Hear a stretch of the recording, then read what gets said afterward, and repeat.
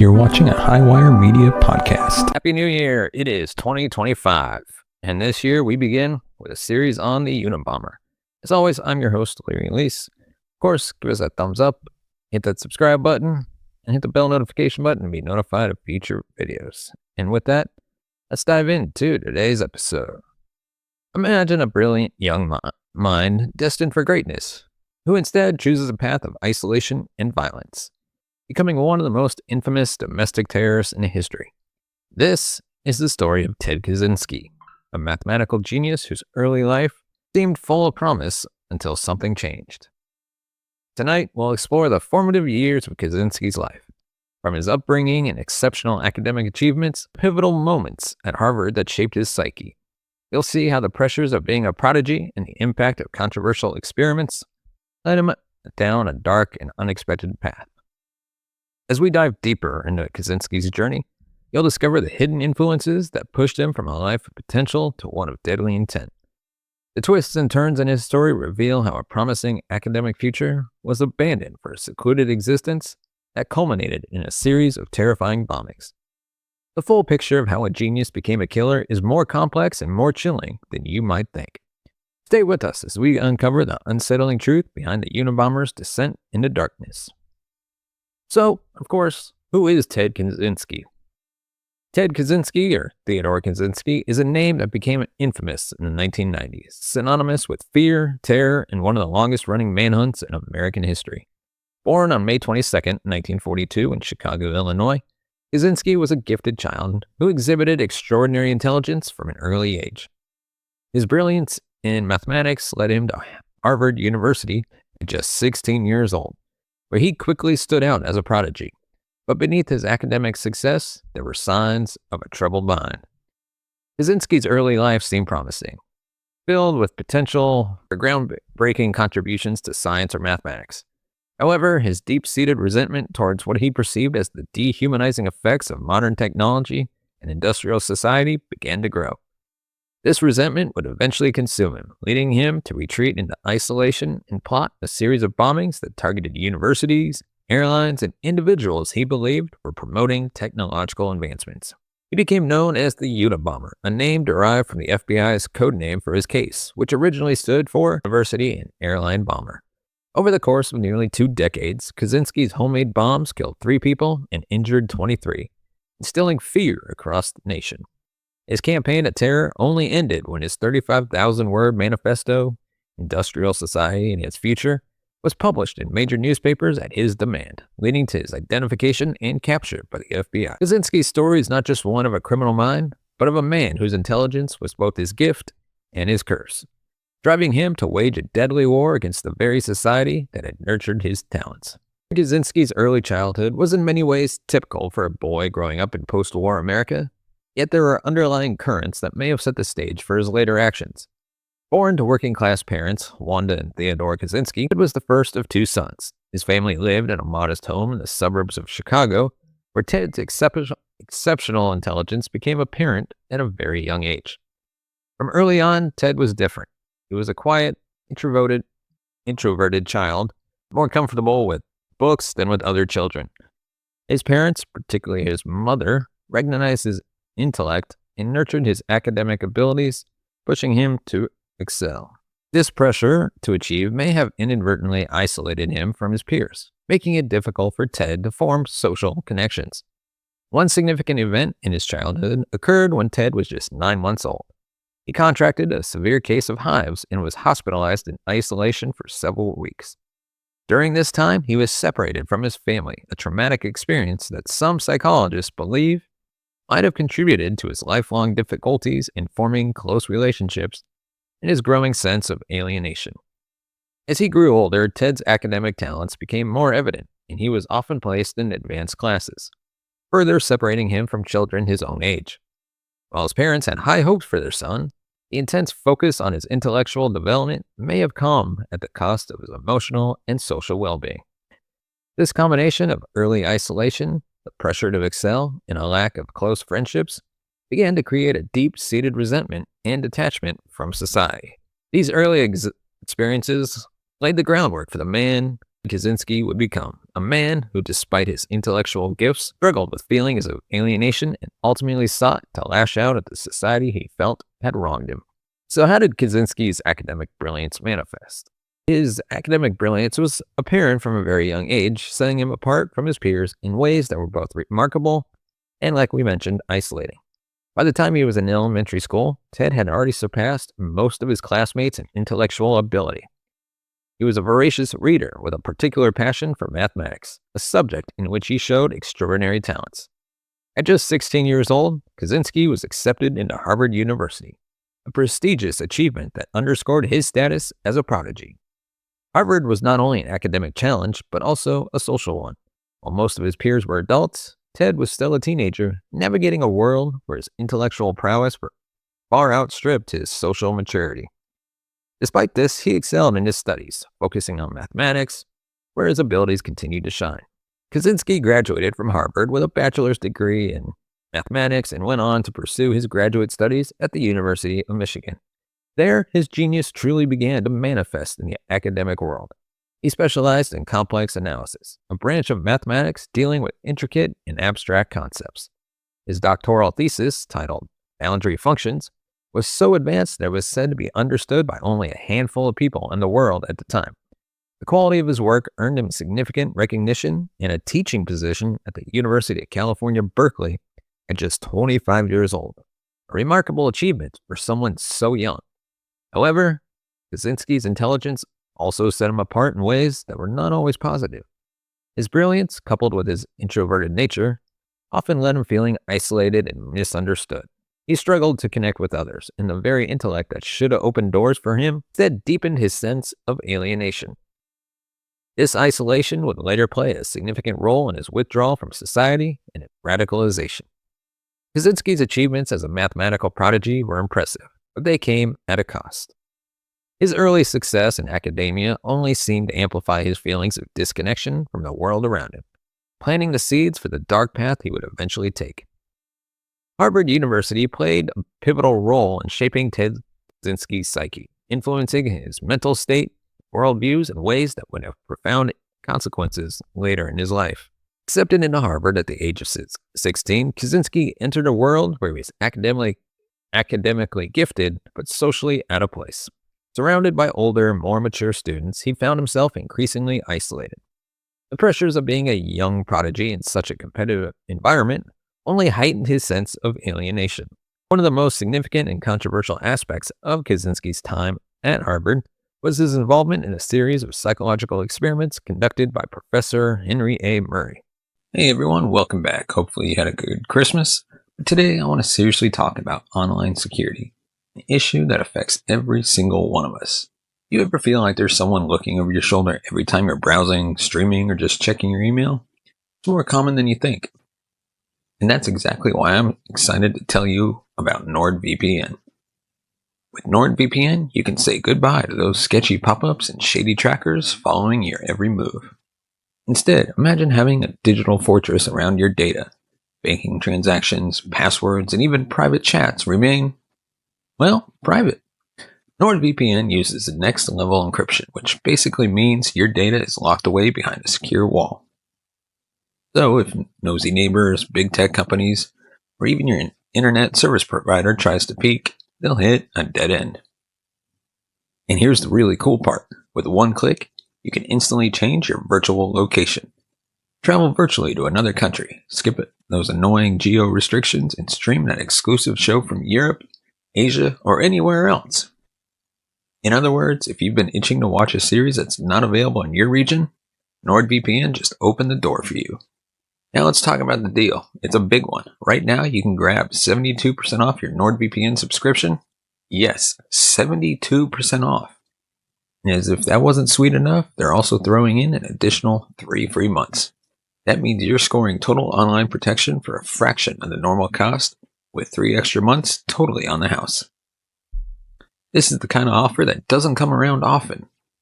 Setting up NordVPN is ridiculously easy. Just download the app on your phone, laptop, even your TV. Log in and boom, your internet traffic is automatically encrypted. No more complicated settings to fiddle with. Just press connect, pick a server, and you're good to go. It's that simple. Protect your data, hide your IP, and keep hackers at bay, all while enjoying lightning fast speeds for streaming, gaming, or just scrolling through social media. So why wait? Click the link and head over to NordVPN right now to snag that sweet 72% off deal plus those 3 free months. Your future self will thank you when you realize just how easy and stress-free secure browsing can be. And that's all for today. Stay safe online with NordVPN. And now on to the rest of today's episode. These experiments, which Kaczynski participated in from 1959 to 1962, were designed to study the effect of stress on the human psyche. However, they were far more intense and evasive than Kaczynski initially realized. The experiments involved subjecting participants, including Kaczynski, to prolonged and brutal psychological stress. During these sessions, Kaczynski was asked to write essays revealing his deepest beliefs and then were subjected to severe verbal abuse and personal attacks, designed to break down his self-esteem and challenge his core identity. The experience was harrowing, and for a young, impressionable Kaczynski, it was particularly damaging. While the full impact of these experiments on Kaczynski's psyche is still debated, there is little doubt that they contributed to his growing mistrust of authority and his belief in the dehumanizing effects of modern society. The feelings of humiliation and anger that these experiments engendered may have fueled his later rejection of society and his embrace of radical, anti-technology views. At Harvard, Kaczynski's intellectual abilities were pushed to new heights, but the psychological toll of his experiences cannot be understated.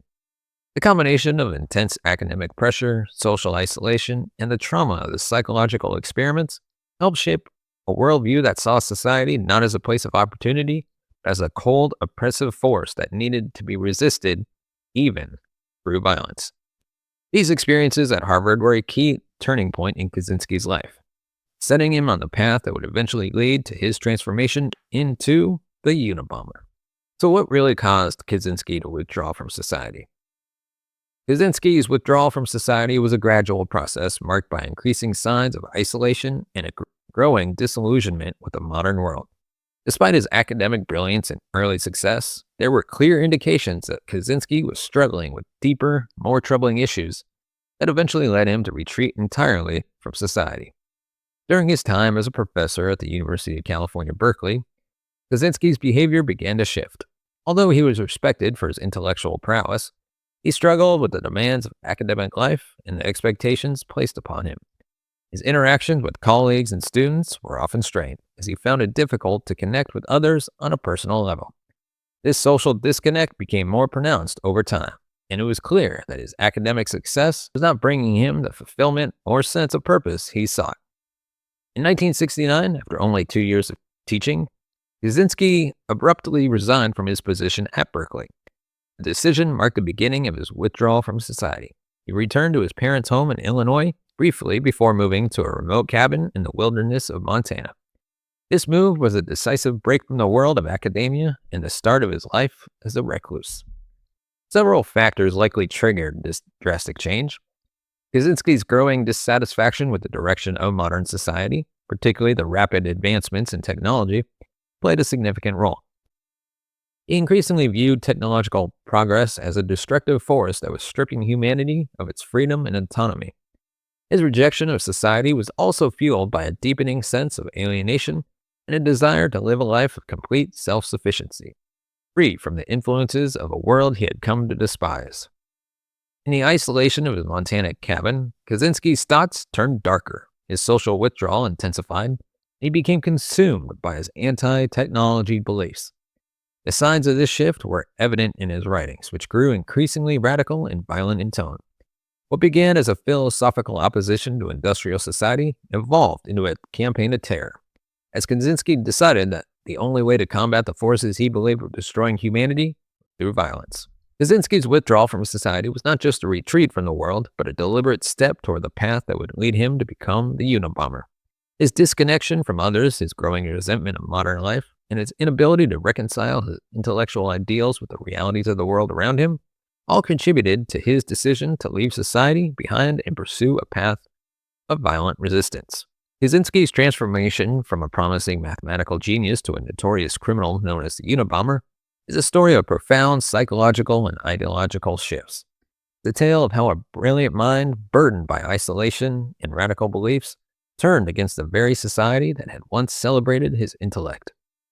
Kaczynski's early life was marked by exceptional academic achievements. As a young prodigy, he seemed destined for greatness, especially in the field of mathematics. However, the seeds of his transformation were sown during his years at Harvard. He was exposed to intense psychological stress through controversial experiments, and these experiences, combined with his already introverted and isolated nature, began to fracture his connection with society. In the solitude of his cabin, Kaczynski's thoughts became more radicalized. He fixated on the idea that technological advancements in industrial society were fundamentally destroying human freedom and the natural environment. His writings from this period revealed a deepening conviction that drastic action was necessary to halt what he saw as the relentless march of technological oppression. The key moment that solidified Kaczynski's transformation into the Unabomber was his decision to move from theory to action. Convinced that mere words and arguments were insufficient to stop the forces he opposed, he began constructing homemade bombs with the intent of striking at those he believed were responsible for advancing technology. His first bombing in 1978 targeted a professor at Northwestern University, marking the beginning of a nearly 2-decade-long campaign of terror. Kaczynski's criminal actions were driven by a combination of his intellectual convictions and his deep-seated anger at the society he had come to despise. The transformation was not sudden, but the result of years of growing resentment, ideological radicalization, and social isolation. The brilliant mathematician who once had a promising academic future became the Unabomber, a man whose name is now synonymous with domestic terrorism. The shift from academic brilliance to violent extremism highlights the complex interplay of intellect, ideology, and personal experience, showing how even the brightest minds can take a dark and destructive path when pushed to the edges of society. Kaczynski's descent into violence were shaped by a complex interplay of psychological factors, mental health issues, and radical ideological shifts. Understanding these elements is crucial to grasping how a brilliant mathematician could transform into a domestic terrorist who waged a campaign of terror against society. Kaczynski exhibited signs of social isolation and emotional detachment from an early age. He struggled to form meaningful relationships, which led to a profound sense of alienation. This isolation only deepened over time, particularly during his years at Harvard and later as he withdrew from society to live in a remote cabin in Montana. The lack of social connections may have exacerbated his feelings of loneliness and resentment, laying the groundwork for his later radicalization. Psychological assessments conducted after his arrest suggested that Kaczynski suffered from paranoid schizophrenia, a condition characterized by delusions, extreme distrust of others, and a distorted perception of reality. This mental health issue likely played a significant role in shaping his belief that technological society was a malevolent force that needed to be destroyed.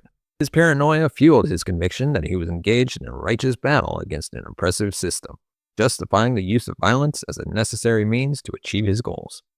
Kaczynski's involvement in the psychological experiments at Harvard conducted by Professor Murray also contributed to his mental instability. Like we mentioned, these experiments were designed to study the effects of stress and humiliation, but for Kaczynski, they were deeply traumatic. Ideologically, Kaczynski underwent a significant shift from being a disillusioned academic to a radicalized anti-technologist. His writings, particularly his manifesto, reveal a deepening conviction that technological progress was destroying human freedom and the environment. This ideological shift was not merely theoretical. It became an obsession, driving him to take increasingly extreme measures to combat the forces he believed were enslaving humanity. So with all this going on, our next question is, how did Kaczynski's family react to this transformation? Kaczynski's transformation from a brilliant academic to the notorious Unabomber was a gradual and deeply troubling process, one that his family struggled to understand and cope with. For years, his family saw glimpses of Ted's growing isolation and discontent, but the extent of his radicalization and the horrifying nature of his crimes remained hidden until the very end. Ted's parents were proud of their son's intellectual achievements, but also concerned about his increasingly withdrawal from society. As Ted distanced himself from his family, moving to a remote cabin in Montana, his parents and younger brother David worried about his well-being, but had little understanding of the darkness that was consuming him. They saw his retreat from the world as unusual but not necessarily alarming, attributing it to his desire for solitude and a simpler life. David Kaczynski, Ted's younger brother, was particularly close to Ted during their youth, but as Ted's behavior grew more erratic and withdrawn, the bond between them weakened. David noticed Ted's growing obsession with anti-technology ideas and his disdain for modern society, but like the rest of the family, he did not suspect that these beliefs would lead to violence. Ted's letters to his family became increasingly bitter and critical, filled with anger towards society. Yet there is no clear indication of the violent path he was on. The eventual revelation of Ted's crimes came as a devastating shock to his family. When the Unabomber's manifesto was published in 1995, David Kaczynski noticed striking similarities between the manifesto's language and ideas and the letters he had received from Ted over the years. Despite the horror of his realization, David made the agonizing decision to contact the FBI, fearing that his brother might indeed be the Unabomber. The decision tore the family apart emotionally. David was racked with guilt and anguish, torn between his love for his brother and his moral obligation to prevent further violence. The Kaczynski family was thrust into the national spotlight, struggling to reconcile the image of Ted as a beloved son and brother with the reality of his actions as a domestic terrorist.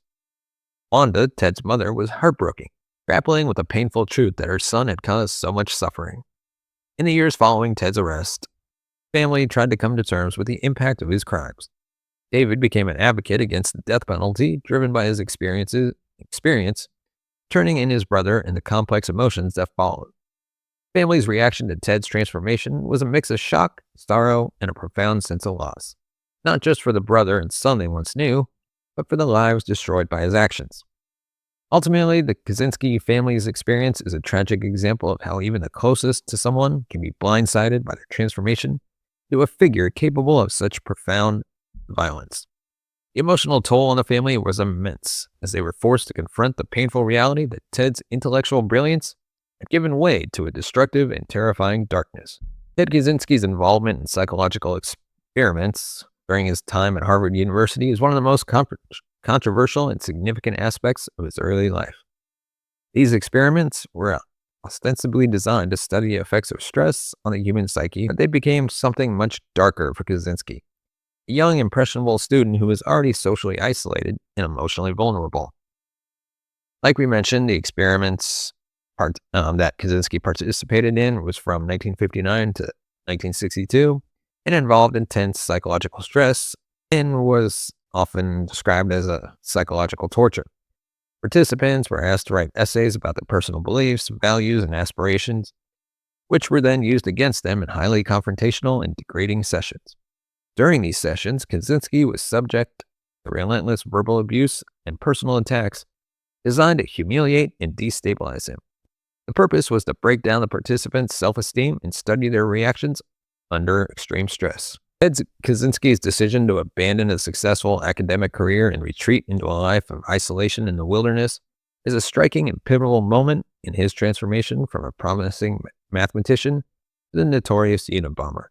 Understanding why he made this choice requires diving into the growing disillusionment with modern society, his escalating sense of alienation, and the ideological convictions that gradually took hold of his mind. Despite his brilliance, Kaczynski never felt at home in the academic world. Although he achieved remarkable success, earning a PhD in mathematics, he found little satisfaction in his accomplishments. The pressures and social expectations of academia clashed with his increasingly misanthropic worldview. Kaczynski viewed the academic environment as a microcosm of the larger society, one that was deeply flawed, dominated by bureaucracy and driven by technological advancements that he believed were eroding human freedom and individuality. Over time, his discomfort with his surroundings grew into a profound rejection of the modern world. He became convinced that the rapid progress of technology and industrialization leading humanity down a dangerous and destructive path. This belief was not merely academic. It became deeply personal, consuming his thoughts and pushing him further into isolation. Kaczynski's social interactions dwindled, and he began to see the world as increasingly hostile. In 1969, at the age of 27, Kaczynski made the drastic decision to resign from his position at Berkeley, leaving behind the world of academia, and like we said, returning to his parents' home in Illinois before purchasing a plot of land in the isolated wilderness of Montana. There, he built a small, primitive cabin with no electricity or running water, intending to live a life of self-sufficiency, removing himself from society, which he had come to despise. Kaczynski's retreat into the wilderness was driven by his desire to escape what he saw as the oppressive influence of technological society. He sought to live according to his own principles, free from the forces he believed were corrupting the human spirit. However, the isolation also provided fertile ground for his thoughts to become increasingly radicalized. Cut off from the rest of the world, Kaczynski's anger and resentment festered. His rejection of society evolved into a belief that the violence was the only way to combat the technological system he saw as enslaving humanity. This ideological shift marked the beginning of Kaczynski's campaign of terror. From his secluded cabin, he began constructing homemade bombs, targeting individuals, institutions he deemed responsible for promoting and advancing technological progress. His isolated life, once a refuge from the world, became the launching pad for a series of violent acts that would terrorize the nation for nearly 2 decades. Kaczynski's journey from a brilliant academic to the Unabomber is a chilling reminder of how isolation, disillusionment, and radical beliefs can converge to create a force of destruction. His rejection of a promising career in mathematics in favor of a life of seclusion in the wilderness was a pivotal moment, marking the beginning of his descent into extremism. Kaczynski's story is a complex and tragic one, revealing the dark potential that lies within even the most brilliant minds. They turn against the very society that once nurtured them. But this is just the beginning of our exploration into the mind and motives of the Unabomber. In our next episode, The Hermit in the Woods, Life in the Cabin, we dive deeper into Kaczynski's decision to retreat to the remote forests of Montana. We'll explore how this move from academic life to complete isolation fueled his growing hatred of technology and industrial society, leading to the construction of his infamous cabin, a place that would become both his sanctuary and the birthplace of his deadly ideology. Join us as we uncover the details of his self-sufficient lifestyle, the development of his anti-technology beliefs, the early writings that he would eventually form that foundation of his terrifying manifesto. The story of Ted Kaczynski is far from over, and the next episode reveals how his time in the wilderness transformed him into the figure that would haunt the nation for years to come. So don't miss it. Let me know your thoughts on the Unabomber in the comments section below. If there's something we should have included, something we missed, something we got wrong, let me know. Or just give us a thumbs up if you like a video. Hit that subscribe button down below. The subscribe right down there. And as always, if you want to support the channel, you can buy us a coffee at buymeacoffee.com/TCNS. As always, you can find us on all major podcast platforms, Apple, Spotify, Good Pods, anywhere you get your podcast from, check us out there. As always, thank you so much for watching and listening. We'll see you next time. Take care and Happy New Year. We're going to take a quick break from this episode, and I'd like to discuss my sponsor, NordVPN, the service that keeps me confident and secure every time I go online. If you're not familiar, a VPN stands for Virtual Private Network, and NordVPN is one of the best out there for keeping your browsing activity under wraps. Why do I use NordVPN? First, it gives me total online privacy. When you connect to NordVPN servers, all your internet data is encrypted. That means snoopers, advertisers, and even your internet provider can't see your personal info or track your digital footprints. It's like having an invisible cloak for your online life. Second, NordVPN is awesome for unblocking geo-restricted content. Love streaming sports from overseas or catching up on that show that isn't available in your country yet? Just open NordVPN, pick a server from one of their thousands of locations worldwide, and boom, you'll have access to content you couldn't see before. Plus, with speeds faster than ever, you can stream in high definition without those pesky buffering interruptions. Now let's talk simplicity. NordVPN's app is super user-friendly. Whether you're on a phone, laptop, or tablet, you can connect with just one click. And if you ever get stuck, their customer support is there 24/7. Another big highlight, NordVPN has a no-logs policy, which means that they never track or store your data. Your digital world stays yours alone.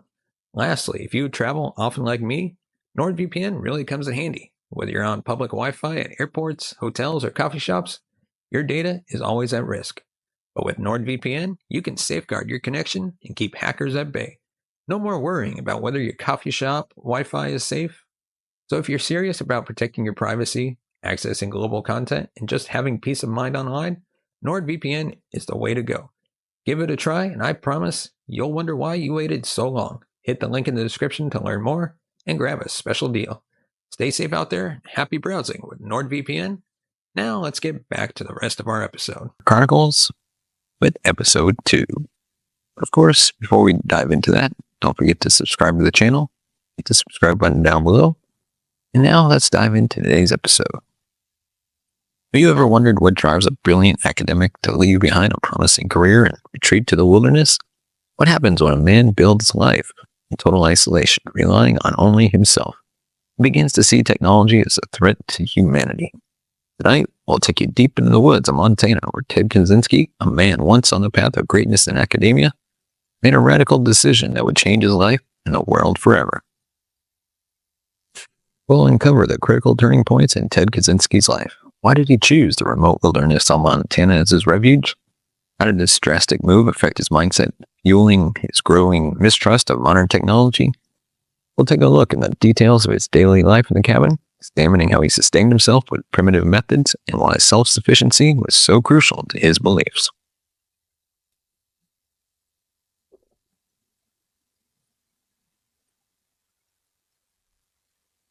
But that's not all. This journey will also take you inside the mind of Kaczynski as he developed his anti-technology and anti-industrial society ideology.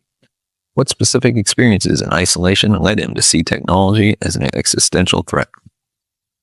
We'll trace the evolution of his thoughts from early writings to the formulation of his infamous manifesto, revealing how his secluded environment shaped the radical ideas that would eventually capture the world's attentions. If you're curious about what drove Ted Kaczynski's descent into a life of isolation and extremism, and how the quiet solitude of the Montana woods became the birthplace of one of the most controversial manifestos of our time, then stay tuned. This is a story of transformation, ideology, and the dangerous line between genius and madness. Ted Kaczynski's decision to move to Montana marked a pivotal shift in his life, transition from the structured intellectual environment of academia to the vast, untamed wilderness of the American West. But why Montana? What drew him to this particular place? The choice was no accident. Montana's remote, rugged landscape offered the perfect backdrop for the life Kaczynski envisioned. One of total isolation, far removed from the influences of modern society and technology he increasingly came to despise. The wilderness of Montana was significant for several reasons. Dense forests, towering mountains, and harsh winters presented a formidable challenge, but also a sanctuary where Kaczynski could live undisturbed. Here he could immerse himself in nature, away from the noise and distractions of the world he left behind. Hey everyone, welcome back. Hopefully you had a good Christmas. But today I want to seriously talk about online security, an issue that affects every single one of us. You ever feel like there's someone looking over your shoulder every time you're browsing, streaming, or just checking your email? It's more common than you think. And that's exactly why I'm excited to tell you about NordVPN. With NordVPN, you can say goodbye to those sketchy pop-ups and shady trackers following your every move. Instead, imagine having a digital fortress around your data. Banking transactions, passwords, and even private chats remain, well, private. NordVPN uses the next level encryption, which basically means your data is locked away behind a secure wall. So if nosy neighbors, big tech companies, or even your internet service provider tries to peek, they'll hit a dead end. And here's the really cool part. With one click, you can instantly change your virtual location. Travel virtually to another country, skip those annoying geo restrictions, and stream that exclusive show from Europe, Asia, or anywhere else. In other words, if you've been itching to watch a series that's not available in your region, NordVPN just opened the door for you. Now let's talk about the deal. It's a big one. Right now you can grab 72% off your NordVPN subscription. Yes, 72% off. And as if that wasn't sweet enough, they're also throwing in an additional 3 free months. That means you're scoring total online protection for a fraction of the normal cost, with 3 extra months totally on the house. This is the kind of offer that doesn't come around often. Setting up NordVPN is ridiculously easy. Just download the app on your phone, laptop, even your TV. Log in and boom, your internet traffic is automatically encrypted. No more complicated settings to fiddle with. Just press connect, pick a server, and you're good to go. It's that simple. Protect your data, hide your IP, and keep hackers at bay, all while enjoying lightning fast speeds for streaming, gaming, or just scrolling through social media. So why wait? Click the link and head over to NordVPN right now to snag that sweet 72% off deal plus those 3 free months. Your future self will thank you when you realize just how easy and stress-free secure browsing can be. And that's all for today. Stay safe online with NordVPN. And now on to the rest of today's episode. The solitude of Montana's backcountry provided him the peace and seclusion he craved, allowing him to focus on his thoughts and beliefs without interference. Adjusting to this new life, however, was no small feat. Kaczynski had to completely transform his daily existence. Gone were the conveniences of university life, electricity, running water, and easy access to food and resources. Instead, he adopted a self-sufficient lifestyle, learning to hunt, gather, and grow his own food. He constructed his own cabin using simple tools and materials he could source or carry into the remote location.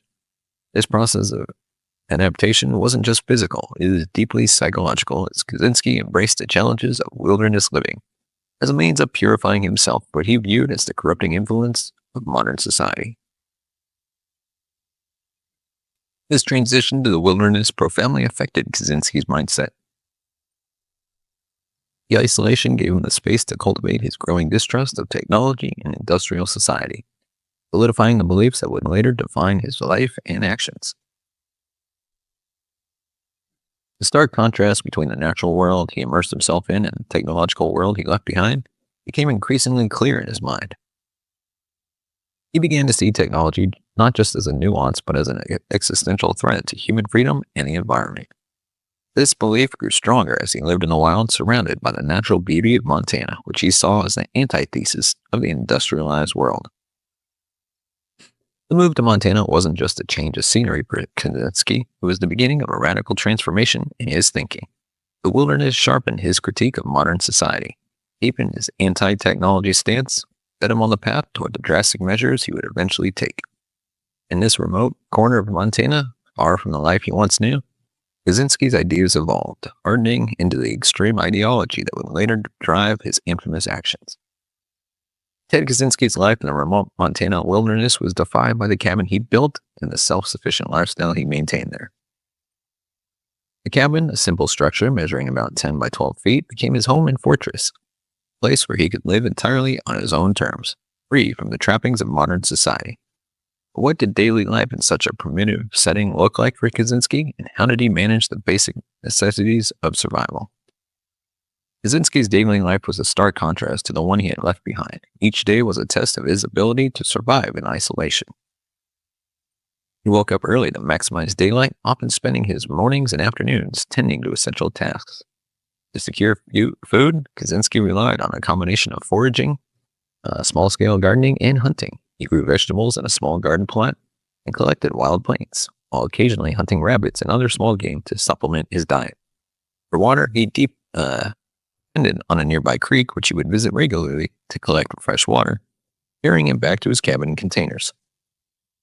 Shelter, of course, was the cabin itself, a structure he designed and built by hand using basic tools. The cabin was deliberately minimalistic, with no electricity, plumbing, or modern conveniences.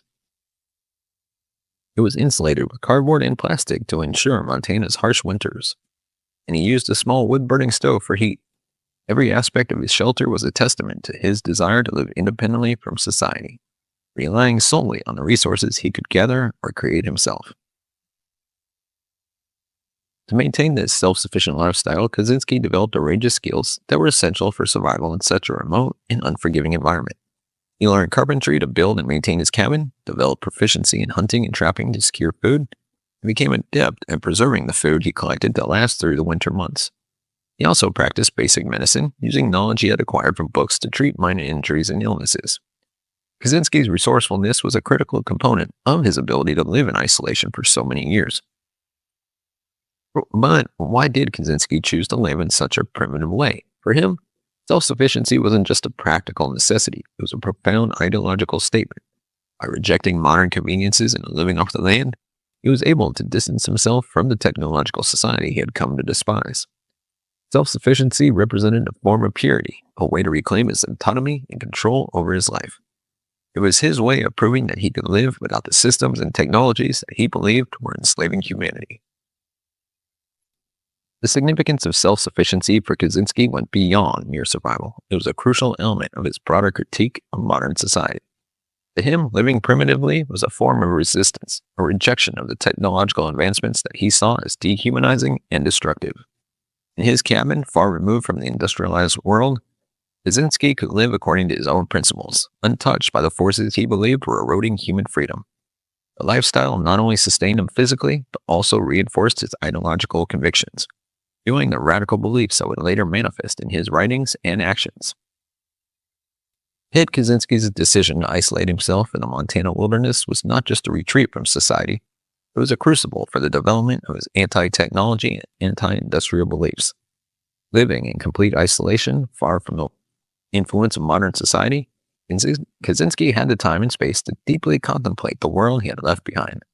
The isolation didn't just contribute to his beliefs, it was the very environment in which they were forged and intensified. The solitude of the wilderness allowed Kaczynski to observe the world from a distance, sharpening his focus on what he perceived as the dangers of technological advancement. Without the distractions of modern life, he became increasingly convinced that technology was not a neutral force, but a destructive one, eroding human freedom in the natural environment. His isolation reinforced those ideas as he contrasted his simple, self-sufficient lifestyle with the complexity and dependency that technology created in society. Every day spent in the quiet of the woods, relying on his own skills and the land around him, deepened his conviction that modern technology was leading humanity down a perilous path. Several specific experiences and observations during his time in isolation deepened Kaczynski's mistrust of technology. As he lived more intimately with nature, he became acutely aware of how industrial society encroached upon and disrupted the natural world. The environmental degradation he witnessed, even in remote areas, served as a stark reminder of the reach and impact of technological development. These observations fueled his belief that technology was not just a threat to individual freedom, but also to the very planet itself. The main ideas in Kaczynski's anti-technology and anti-industrial society beliefs centered around the notion that technological progress inevitably leads to the loss of human autonomy and the degradation of the environment. He argued that as technology advances, it creates systems and structures that increasingly control human behavior, reducing people to mere cogs in a vast, impersonal machine. In his view, the industrial society was not just harmful, but fundamentally incompatible with true human freedom. Kaczynski believed the only way to reclaim this freedom was to reject technology and dismantle the industrial system that supported it.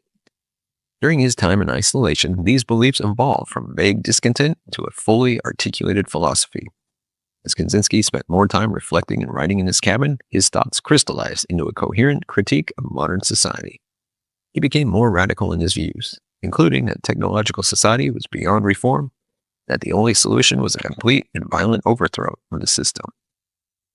His ideas grew more extreme, culminating in his belief that drastic action was necessary to awaken people to the dangers of technology and to inspire a return to a simpler, more autonomous way of life.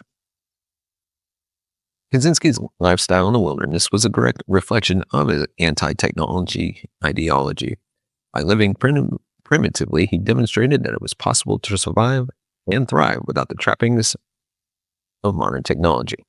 His self-sufficient existence was in many ways a repudiation of the very society he had left behind. Every aspect of his life, from building his own shelter to growing his own food, was a rejection of the dependency that technology creates. In this sense, his way of living supported his beliefs, serving as both a personal experiment and a proof of concept for his ideas. However, there was also contradictions in his lifestyle. While Kaczynski rejected most aspects of modern technology, he still relied on certain tools and techniques that were products of the very industrial society he opposed. This reliance highlighted the complexity and perhaps the impossibility of fully escaping the influence of technology even in the most isolated of environments. Despite these contradictions, Kaczynski remained committed to his beliefs. using his lifestyle as a means to distance himself as much as possible from the technological world he despised.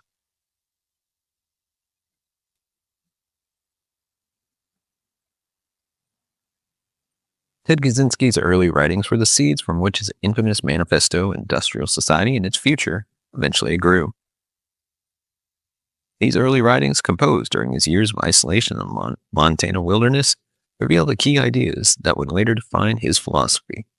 Central to these writings was the belief that modern technology and industrial society were inherently oppressive, stripping individuals of their autonomy and leading to the degradation of both human freedom and the natural environment. Kaczynski argued that the technological system was so deeply entrenched that it could not be reformed. Instead, it needed to be completely dismantled. These early thoughts laid the groundwork for his manifesto by systematically critiquing various aspects of industrial society and proposing that the only way to regain true freedom was through a revolution against the technological system. Kaczynski's writings explore the psychological and societal impacts of technology, suggesting that it not only enslaved people physically, but also shaped their minds and behaviors in ways that were detrimental to human dignity and happiness. These ideas were not fully developed at first, but they provided a foundation for the more detailed and structured arguments that would later appear in his manifesto. The process of formulating his manifesto was gradual and methodical. Over the years, Kaczynski's thoughts evolved as he continued to write, reflect, and refine his ideas. His isolation played a crucial role in the process, giving him the uninterrupted time and focus needed to delve deeply into his theories. The isolation allowed him to distance himself from the society he was critiquing, providing a clear perspective on the issues he saw with modern technology. As he wrote, his arguments became more coherent and forceful, driven by the conviction that he was articulating a truth that society at large had failed to recognize. Kaczynski's ideas developed over time as he incorporated more examples and evidence into his arguments, often drawn from his observations of the natural world and the changes he witnessed in society from afar. His writings became increasingly radical as he concluded that peaceful reform was impossible and that only violent action could bring about necessary change. This shift in tone and content reflected his growing frustration with the world and his beliefs that drastic measures were justified. In many ways, Kaczynski's environment, both the physical environment of the wilderness and the psychological environment of isolation, shaped the message he wanted to convey. The manifesto reflects his deep connection to nature and his belief that technology was destroying the very essence of what it meant to be human. The harsh, unforgiving landscape around him underscored his view that only by returning to a more natural state, humanity hoped to survive and thrive. The starkness of his surroundings is mirrored in the starkness of his conclusions. The technological system must be overthrown for the sake of human freedom and the planet. As we close this chapter on Ted Kaczynski's life in the wilderness and the development of his radical beliefs, we've seen how his isolation and ideology set the stage for what would become next, a campaign of terror that would grip the nation for nearly 2 decades. But how did Kaczynski move from theory to action? What were the first steps he took on the path to becoming the infamous Unabomber? In the next episode, we'll delve into the origins of Kaczynski's bombing campaign, starting with a very explosive device planted at Northwestern University. We'll explore how these early attacks marked the beginning of a calculated and evolving strategy designed to spread fear and draw attention to his manifesto. You'll learn about the psychological toll on the victims and their families, as well as the initial responses from law enforcement who were thrust into a complex and frustrating hunt for a shadowy, elusive figure. The story of Ted Kaczynski is far from over. Join us in the next episode as we unravel the early days of the Unabomber's reign of terror, examining the tactics he used, the lives he shattered, and the monumental task faced by those who sought to bring him to justice. The seeds of his ideology have now been planted. Next, we witness the devastating harvest. Give us a thumbs up if you like our video, hit that subscribe button down below, hit the bell notification button to be notified of Unabomber Chronicles Episode 3. And of course, if you want to support the channel, you can buy us a coffee at buymeacoffee.com/TCNS. Your support helps the channel grow, upgrade equipment, bring new hosts, be able to pay them, and eventually take this show on the road. As always, thank you so much for watching, listening, and we will see you next time. Take care. May 25th, 1978, an unexpected explosion at Northwestern University marked the beginning of something that would terrify the nation for nearly 2 decades. It all started with a package, a seemingly innocuous parcel. It didn't seem dangerous at first glance. A university security officer named Terry Marker, doing his job, came across it.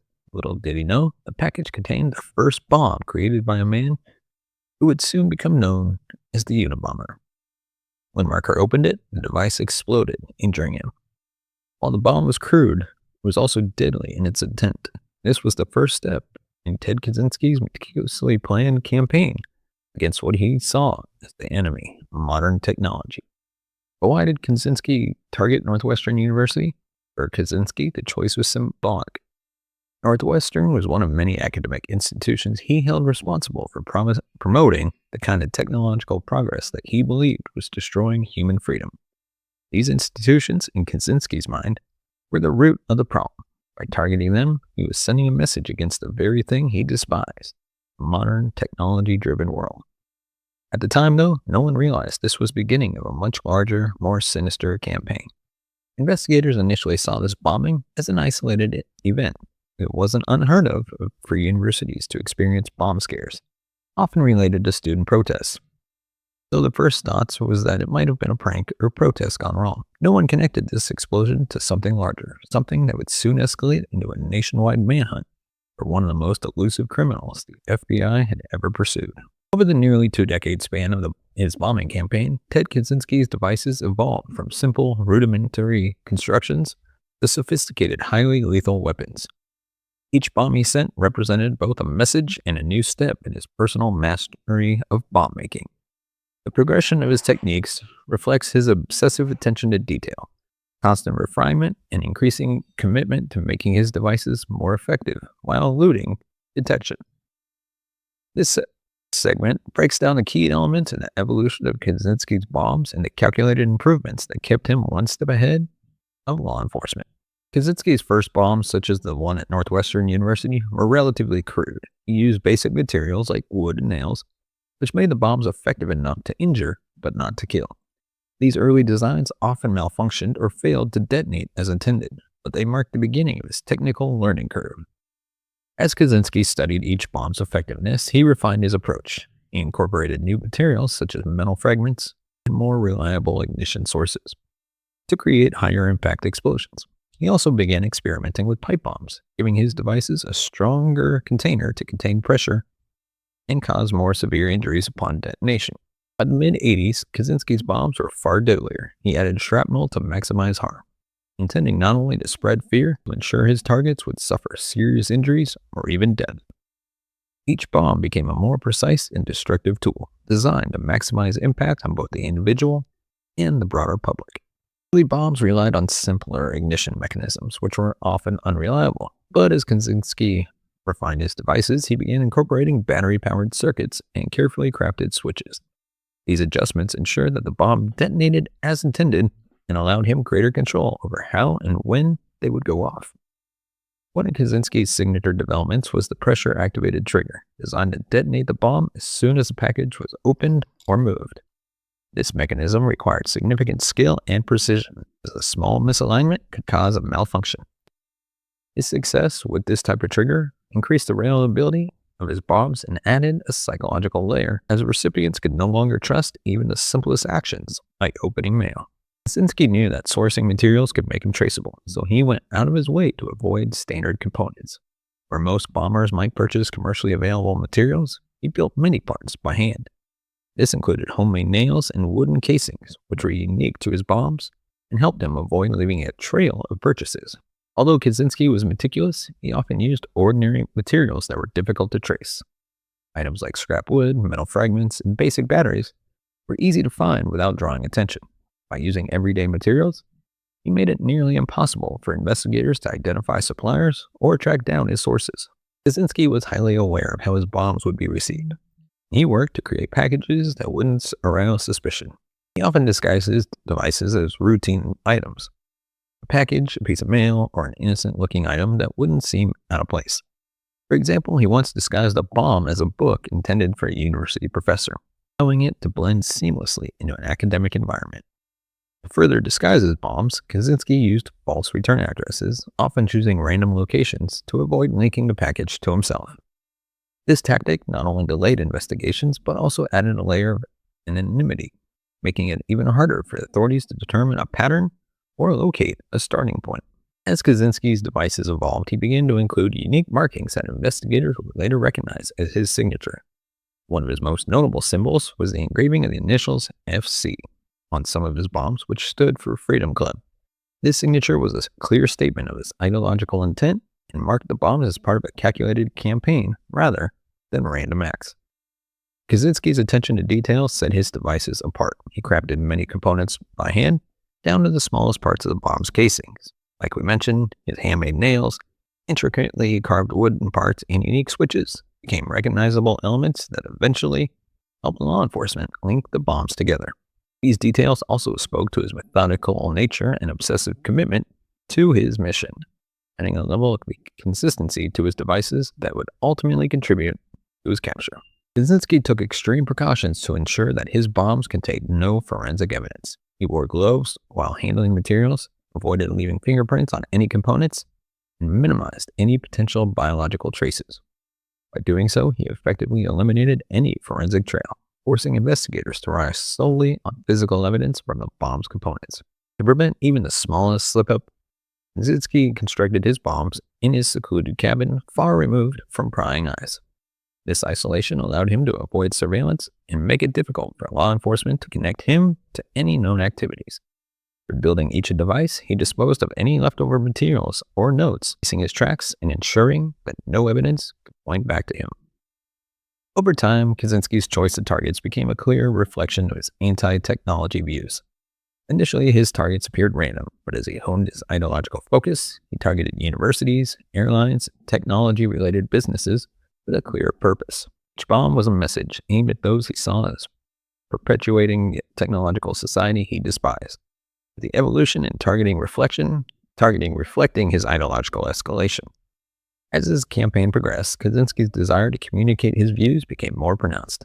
His letters to media outlets grew more insistent, demanding the publication of his manifesto. His devices were no longer just tools of destruction. They were part of a calculated effort to force the public to confront his anti-technology ideology. The evolving sophistication of his bombs paralleled his intensifying demands, showing that his technical progress was deeply intertwined with his need to spread his message. Kaczynski's evolution from simple early bombs to advanced lethal devices was a testament to his technical skill and obsessive commitment to his mission. This constant adaptation and precision in his bomb making ultimately enabled him to operate undetected for nearly 2 decades, leaving behind a chilling legacy of terror, ideological fanaticism. Unabomber's campaign of terror inflicted psychological wounds that reached far beyond the physical injuries his bomb caused. For those who survived, the trauma of opening a seemingly ordinary package only for it to explode in their hands was an experience they would relive for years. Victims like David Glanter, a Yale computer science professor, and others who encountered Kaczynski's bombs described the immediate shock, disbelief, and terror they felt in those moments. Physical injuries, ranging from burns and hearing loss to amputations, left lasting scars. Psychological effects ran even deeper. Many survivors experienced symptoms of PTSD, including flashbacks, anxiety, hypervigilance, which lingered long after their bodies had healed. These victims were left with a constant sense of vulnerability, often developing a lasting fear of receiving packages, which transformed even mundane interactions into reminders of their trauma. The impact wasn't limited to the direct victims. Their families and loved ones were profoundly affected as well. Watching someone close to them endure such an unpredictable and violent attack instilled a lingering sense of insecurity. Families lived with the fear that the Unabomber might target their loved one again, creating a constant undercurrent of dread. Relationships often became strained as families struggled to support survivors through the painful process of physical and psychological recovery. Many families faced their own psychological battles, feeling helpless and fearful, as they too became bound to the memory of the trauma. The ripple effect of Kaczynski's attacks extended into entire communities, where people began to wonder if they too might become targets. As the attacks continued, schools, universities, and workplaces took notice, often implementing new security measures and encouraging vigilance around unfamiliar mail. What was once a simple act of opening a package now became an act fraught with caution, fundamentally altering how people viewed the safety of their daily environments. The media played a significant role in amplifying the public's fear. Each new bombing made headlines, often with sensational details that painted Kaczynski as an elusive mastermind. The term Unabomber quickly became a household name, and media coverage depicted him as a highly intelligent, calculating figure who could strike anywhere, anytime, without warning. This portrayal added an aura of fascination and terror, creating the impression that he was an unstoppable force lurking in the shadows. People across the country followed the news. The anxiety spread nationwide. Even those far from the attack sites began to question the safety of their mail. The possibility of becoming a random target took hold of the public psyche, changing how Americans viewed their own security. When Kaczynski's first bomb detonated at Northwestern University in 1978, injuring a campus police officer, law enforcement was thrust into a confusing and unprecedented case. First, authorities had no reason to believe they were dealing with anything more than an isolated incident. There was no manifesto, no clear motive, and no identifiable suspect. For investigators, the first bomb could have been a prank gone wrong or the work of an amateur experimenting with explosives. Without a sense of Kaczynski's intentions, law enforcement initially treated it as a one-off case, responding locally without suspecting a larger threat. As the bombings continued sporadically over the next few years, law enforcement struggled to understand if there was a pattern or motive behind the attacks. The lack of predictable intervals between bombings added to the confusion. Some bombs were separated by years, while others occurred in closer succession, making it difficult for authorities to determine whether they were facing a serial bomber or unrelated incidents. Because of this unpredictability, each new bomb was initially handled as an individual case by local authorities, with few connections being made between them. This fragmented approach delayed the realization that these bombs were all linked to a single perpetrator. Bomb technology was rudimentary in the 1970s and early 80s, making it difficult to trace components back to their source or link multiple devices definitively to the same creator. Kaczynski's carefully constructed his bombs to avoid leaving any physical evidence, avoiding fingerprints, DNA, or identifiable components. Like we mentioned, most of the materials were common and accessible, meaning that even if law enforcement could trace a specific material, it led them nowhere. Investigators found themselves piecing together fragments with each device revealing a meticulous handcrafted approach that left no clues behind. This lack of physical evidence forced them to rely on psychological profiling and behavioral analysis, tools that were still in their developmental stages and often involved subjective interpretation. As more bombings occurred, the FBI recognized the potential connection and took steps to coordinate the investigation. In 1979, after a bomb detonated on American Airlines flight, injuring several passengers, the case was elevated to a federal investigation. The FAA joined the effort, suspecting terrorism due to the aviation target. This incident marked a turning point, as the involvement of multiple federal agencies brought new resources and attention to the investigation. However, the multi-agency approach also brought its own challenges. Law enforcement agencies across different regions needed to share information, coordinate their efforts, and establish protocols to handle the cases more efficiently. Despite this federal involvement, progress was slow, and the bombers' anonymity remained intact. It wasn't until the early 80s that the FBI acknowledged the pattern linking the bombings and created the Unabomber Task Force, the name derived from university and airline bomber. The task force was an unprecedented move, bringing together resources from the FBI and local law enforcement. The Unabomber Task Force allowed investigators to systematically analyze each bomb, look for commonalities in bomb construction, and attempt to build a psychological profile of the individual responsible. Despite these efforts, the case was plagued by false leads, as Kaczynski's anonymity and unpredictable methods continued to stump investigators. Without concrete forensic evidence, the Unabomber Task Force leaned heavily on psychological profiling. Behavioral scientists examined Kaczynski's targets, bomb designs, and even his choice of materials, attempting to build a mental picture of the bomber. They speculated that he was a lone, highly intelligent individual with a deep-seated hatred for modern society, possibly an academic or recluse. This profile was a double-edged sword. While it helped to narrow the search and provide valuable insights, it also introduced the risk of pigeonholing the investigation. As the profile was disseminated through law enforcement channels, there was concern that it might be overly specific, possibly missing important leads. The actual Unabomber deviated from slightly from the assumed profile. Investigators faced limitations, not only in forensics, science, but also in communication and data management. Before digital databases, information sharing between agencies was manual and often delayed, creating logistical challenges that hindered progress. Each agency maintained its own records, and despite collaboration, the cross-referencing of details could be cumbersome. Kaczynski's sporadic bombings, which were geographically spread out, complicated these efforts. Analyzing patterns in device construction, timing, and victim profiles required time-consuming and labor-intensive efforts that were exacerbated by a lack of real-time data integration. As the years went by with no arrests, the pressure on law enforcement grew intense. Each new bombing brought renewed public fear, intensified media scrutiny, and heightened pressure on the FBI to deliver results. Investigators felt the weight of public expectation and the frustration of repeatedly coming up empty. Internally, the task force grappled with exhaustion and a sense of helplessness as the Unabomber continued to evade them, often striking when investigators were least prepared. This frustration was compounded by the knowledge that Kaczynski was adapting with each new device, learning from his previous bombings and refining his techniques to increase both his bomb's lethality and his own anonymity. In hindsight, the Unabomber investigation became one of the most challenging and frustrating cases in FBI history, requiring a level of coordination, persistence, and adaptability that was unprecedented at the time. Law enforcement faced a nearly invisible adversary, a man who understood both the physical and psychological elements of his crime. Challenges they countered: lack of forensic evidence and technological limitations. The fragmented nature of early investigations highlighted just how unique and elusive Kaczynski was. Despite the Unabomber task force formation and the vast resources allocated, Kaczynski's combination of meticulous bomb-making, erratic timing, and obscure motives kept law enforcement guessing for nearly 2 decades.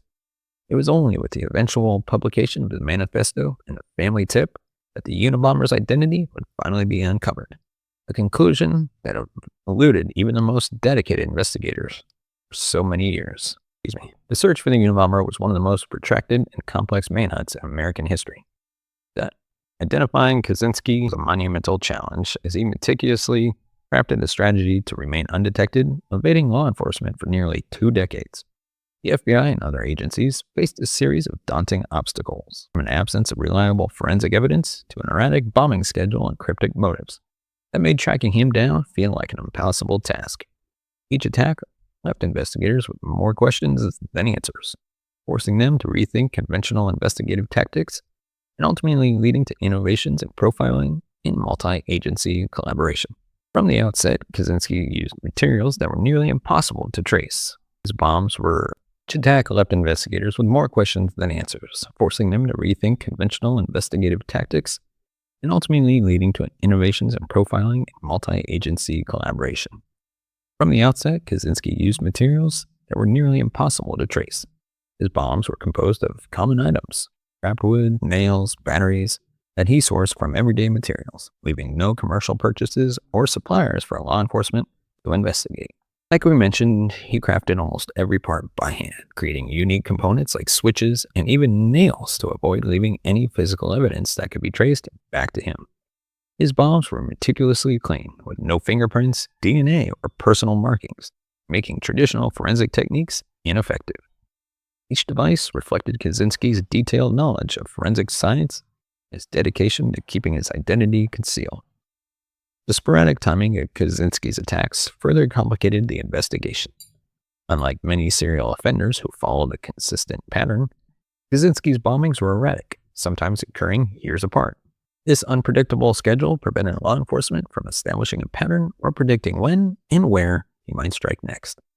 Additionally, his targets were spread across a wide geographic area, from universities and airlines to technology-related businesses, giving investigators no clear geographic pattern to follow. This led to fragmented investigations, with each bomb initially being handled by local authorities as an isolated incident, which delayed the realization that these were connected attacks by the same individual. The first bomb that exploded at Northwestern University was more than a simple act of violence. It was the spark that ignited a campaign of terror, ideological warfare that would haunt the United States for nearly 2 decades.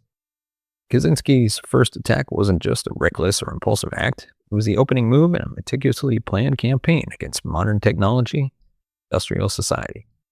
For Kaczynski, the bomb was a statement, a declaration of his deeply rooted belief that society was on a dangerous path, one that he felt only violence could halt.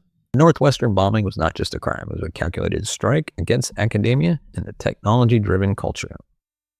For Kaczynski, universities were at the heart of the problem. He saw them as incubators for the very technological advancements he believed were stripping people of their freedom, individuality, and humanity. By targeting universities, Kaczynski aimed to hit society where it was most vulnerable. Its intellectual core, in his eyes, if he could sow fear in those places of learning, he could disrupt the very progress he despised. But his plan extended beyond any single institution. Kaczynski wanted his bombings to trigger a target or a larger conversation, or rather, a confrontation about technology and its impact on human life. He didn't just want to terrorize his victims. He wanted to make people question the world they were living in. Every bomb he sent out was meant to challenge society's blind acceptance of technological progress. The Northwestern bombing was only the first step in his strategy to bring his anti-technology ideology to the forefront of public consciousness, forcing people to consider his manifesto's warnings, whether they want to or not.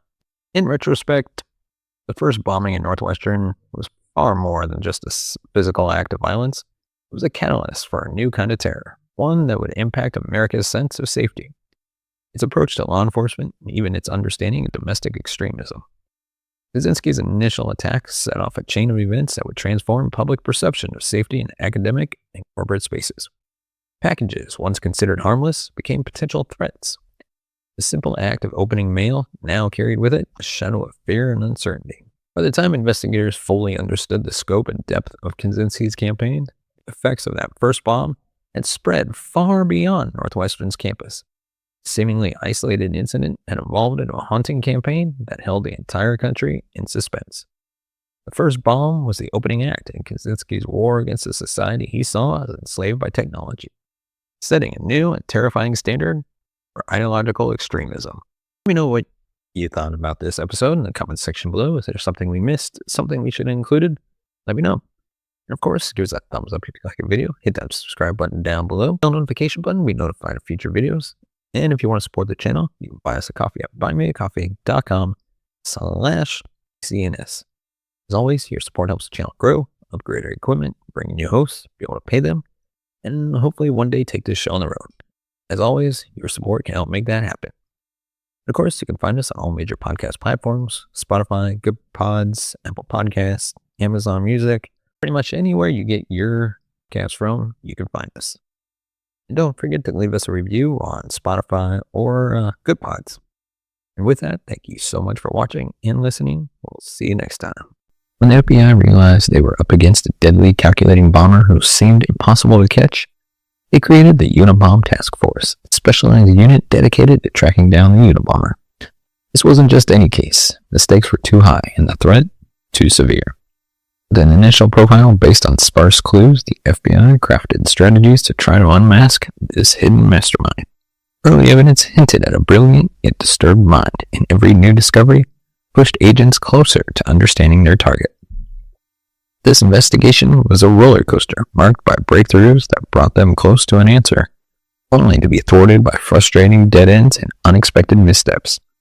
Along the way, the Unabomber seemed to revel in taunting the authorities, manipulating their every move, and adding layers of psychological warfare to his campaign. His infamous manifesto was just one of the tactics he used to disrupt their progress. The FBI faced enormous pressure as the years went on, working to maintain focus as the case remained unsolved. The hunt for the Unabomber wasn't just an investigation, it was a battle of wits, a complex game where every misstep had costly consequences. In this episode, we'll uncover how close the FBI came to losing this 17-year pursuit, from near misses and dead ends to a final series of breakthroughs that changed everything. You'll see the tension, the mind games, and the relentless determination that went into capturing one of America's most infamous criminals. Stay with us to find out how this intense manhunt almost became the FBI's greatest unsolved case.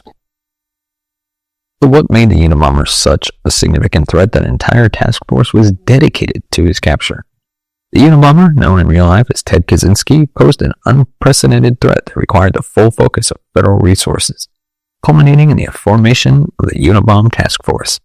His unpredictable methods, ideological motivations, highly personalized attacks created a sense of pervasive danger that stretched far beyond individual targets. Each bomb represented a carefully constructed message, and his ability to strike fear across America ultimately demanded an entire task force dedicated solely to its capture. One of the Unabomber's most terrifying tactics was the unpredictability of his attacks. Unlike more conventional criminals who target specific individuals or groups for direct personal reasons, Kaczynski's targets included a wide array of people and institutions, universities, airlines, and corporate offices that seemed unrelated on the surface. This lack of a clear pattern left the public and investigators in a constant state of suspense, wondering where he might strike next. His bombs arrived unexpectedly in the mail, making everyone from academics to corporate workers potential targets, heightening fear with each new attack. The random nature of his targets created a public sense of vulnerability that was deeply unsettling.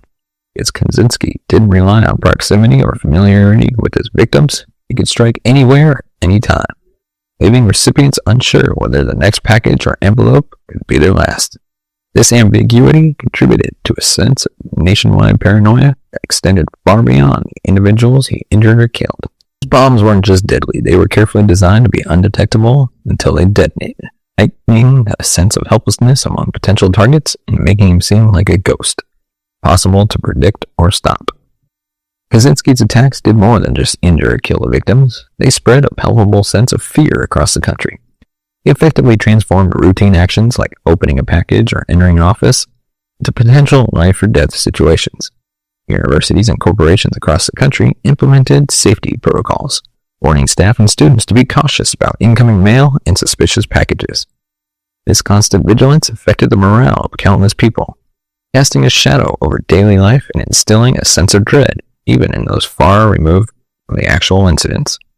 The psychological impact extended beyond the fear of physical harm. Kaczynski's campaign pushed people to question the safety and reliability of the institutions that form the backbone of modern society. When an organization was targeted, employees felt the effects acutely, experiencing an unsettling fear that disrupted their work and eroded their sense of security. Each bombing reaffirmed Unabomber's presence, making people feel as though he could strike anywhere at any time without warning.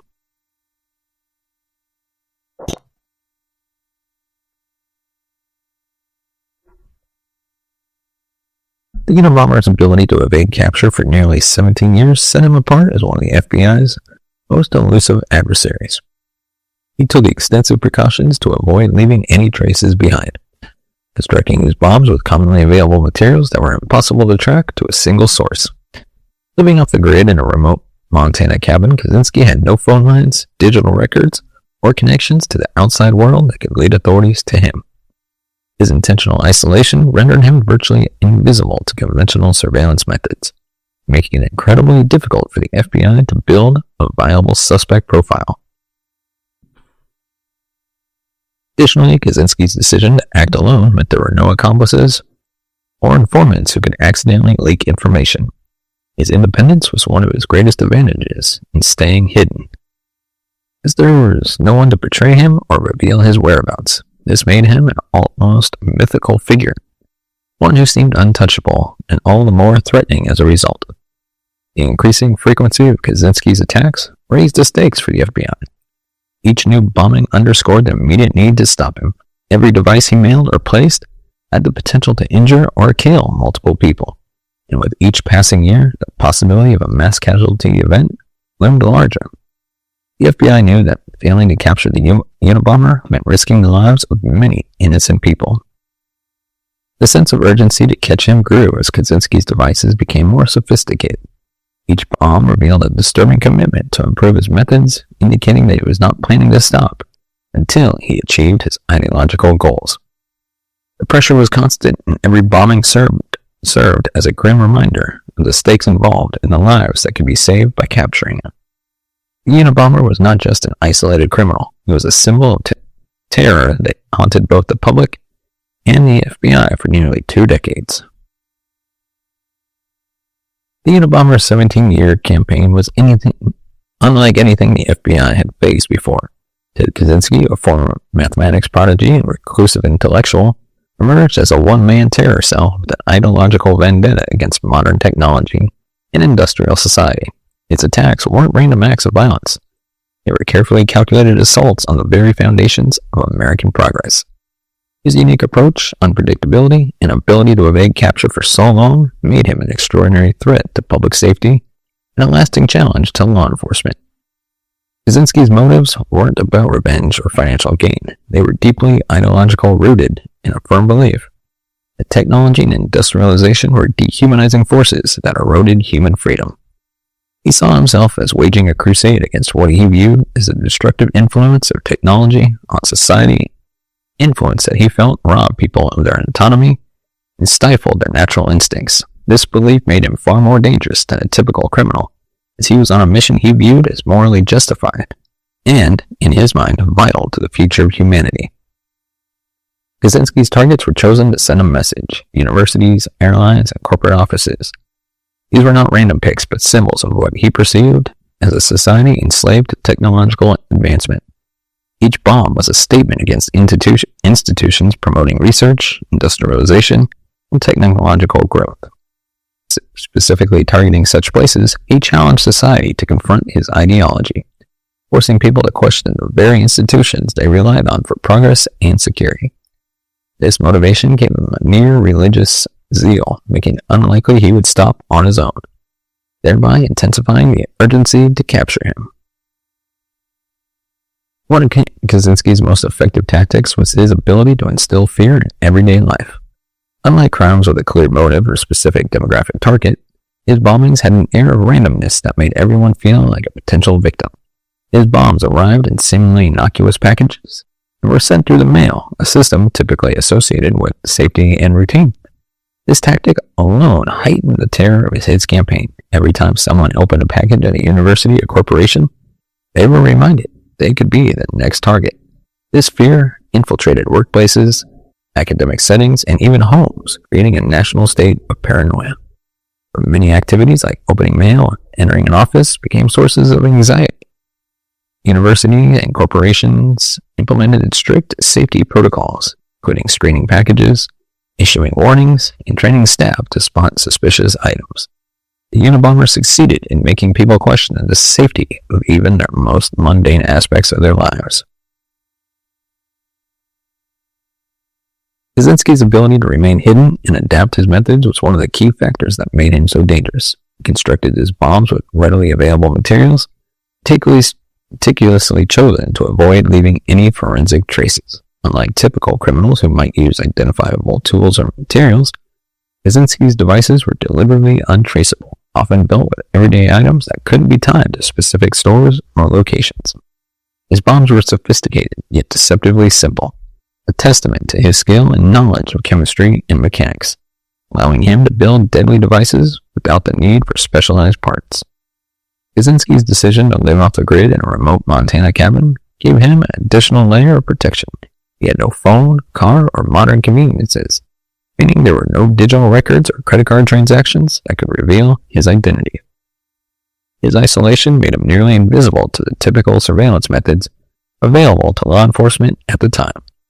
By operating entirely alone, like we mentioned, he avoided the risks of leaks, informants, or associates who might end up betraying him. This independence made him an extremely difficult target, forcing the FBI to rely solely on the clues left behind in his bombs and letters, which were carefully designed to reveal nothing about his location. Kaczynski didn't just evade capture, he actively manipulated the investigation to his advantage. His bombs were deliberately marked with the initials FC, cryptic calling card that stood for Freedom Club. This mark taunted law enforcement, reinforcing the idea that each bomb was part of a larger plan. Kaczynski's manifesto, Industrial Society and Its Future, was a masterstroke in psychological warfare. By demanding that it be published, he forced the FBI to grapple with ethical questions and public scrutiny, drawing attention to his cause on a national scale. The manifesto wasn't just a statement, it was Kaczynski's attempt to gain control over the narrative, turning the investigation into a stage for his ideology. He used it as a bargaining chip. He used it as a bargaining chip, threatening to continue bombing if it wasn't published. This strategic move shifted some of the power into his hands, allowing him to dictate terms. By engaging the FBI in this way, Kaczynski turned the manhunt into a high-stakes chess game, forcing investigators to consider his demands even as they searched for him. The manifesto ultimately served as the key to his capture, but not before he succeeded in drawing nationwide attention to his views and throwing law enforcement into a complex ethical dilemma. Kaczynski's actions had a ripple effect that transformed him into a symbol of ideological extremism in America. His anti-technology stance and relentless attacks on institutions associated with progress challenged society's acceptance of technology and industrialization. His unique position as both an intellectual and a terrorist attracted public fascination and fear, and he became a figure that represented the dark side of modern progress. From the beginning, the FBI faced an unusually challenging adversary, Ted Kaczynski, the Unabomber. Without a single piece of forensic evidence and only his bombs and letters as clues, agents were forced to rely on behavioral profiling and circumstantial evidence to understand the mind behind the attacks. Excuse me. The earliest profiles and theories about the Unabomber reveal how agents tried to piece together his identity based on public components, target selection, and communication style, ultimately building a psychological portrait that was as elusive as it was chilling. The first significant insight into the Unabomber's personality came from bombs themselves. Each device was handcrafted, featuring intricate yet primitive construction methods, like we mentioned, using wood, nails, and scraps of metal. Despite their makeshift appearance, the bombs demonstrated a high level of craftsmanship, suggesting a meticulous, detail-oriented personality. Agents deduced that the bomber likely had engineering knowledge or experience with tools, although he was clearly self-taught. This indicated someone who was intelligent and resourceful, skilled enough to assemble complex devices with limited resources. The bomb designs also hinted at an individual who was obsessive and patient. Each bomb was carefully constructed to achieve maximum effect, suggesting someone who took great pride in his work, perhaps even saw his devices as a twisted form of art. His willingness to experiment and refine his techniques over time implied a methodical mind, someone willing to wait and adapt until he achieved his desired outcome. These early observations allowed the FBI to start building a profile that portrayed the Unabomber as an isolated, highly intelligent individual with a strong drive for control and a potential for violent extremism. With a profile that hinted at an anti-technology motive and a knowledge of bomb making, the FBI began to suspect that the Unabomber might be associated with academia or industry, possibly as a disgruntled professor, student, or former employee in a technical field. This theory seemed logical given his choice of targets and the possible connections he might have to universities or research institutions. Investigators combed through academic institutions looking for anyone with a history of grievances, unusual behavior, or radical beliefs. This line of thought, while reasonable, ultimately became a misstep in the investigation. By focusing heavily on individuals within the academic and industrial sectors, the FBI narrowed their search to those with potential insider access to its target locations, which distracted them from their broader search. They failed to consider the possibility that the Unabomber might be an outsider, a person driven by ideological beliefs rather than any specific connection to these institutions. This insider theory led to multiple dead ends and hindered progress, keeping investigators from focusing on the potential for a more isolated, reclusive suspect like Kaczynski. The Unabomber's letters provided additional clues that shaped the FBI's understanding of his psychological profile. His communications were articulate, persuasive, and filled with complex ideas, indicating a highly intelligent individual with a talent for writing. The letters often conveyed frustration with society's direction and demonstrated a sophisticated grasp of language, suggesting a background in academia or at least self-education in fields like literature or philosophy. The tone and style of his writings painted him as someone deeply dissatisfied with the state of the world, viewing himself as uniquely capable of understanding and addressing society's flaws. The The FBI saw this as a classic sign of a personality with an inflated sense of purpose, someone who felt morally justified in taking extreme measures to achieve his goals. His writings expressed not just anger, but also profound contempt for societal norms, technology, and individuals who embrace them, revealing his radical opposition to the technological world and modern society. The FBI's investigation into the Unabomber was among the longest and most complex manhunts in American history,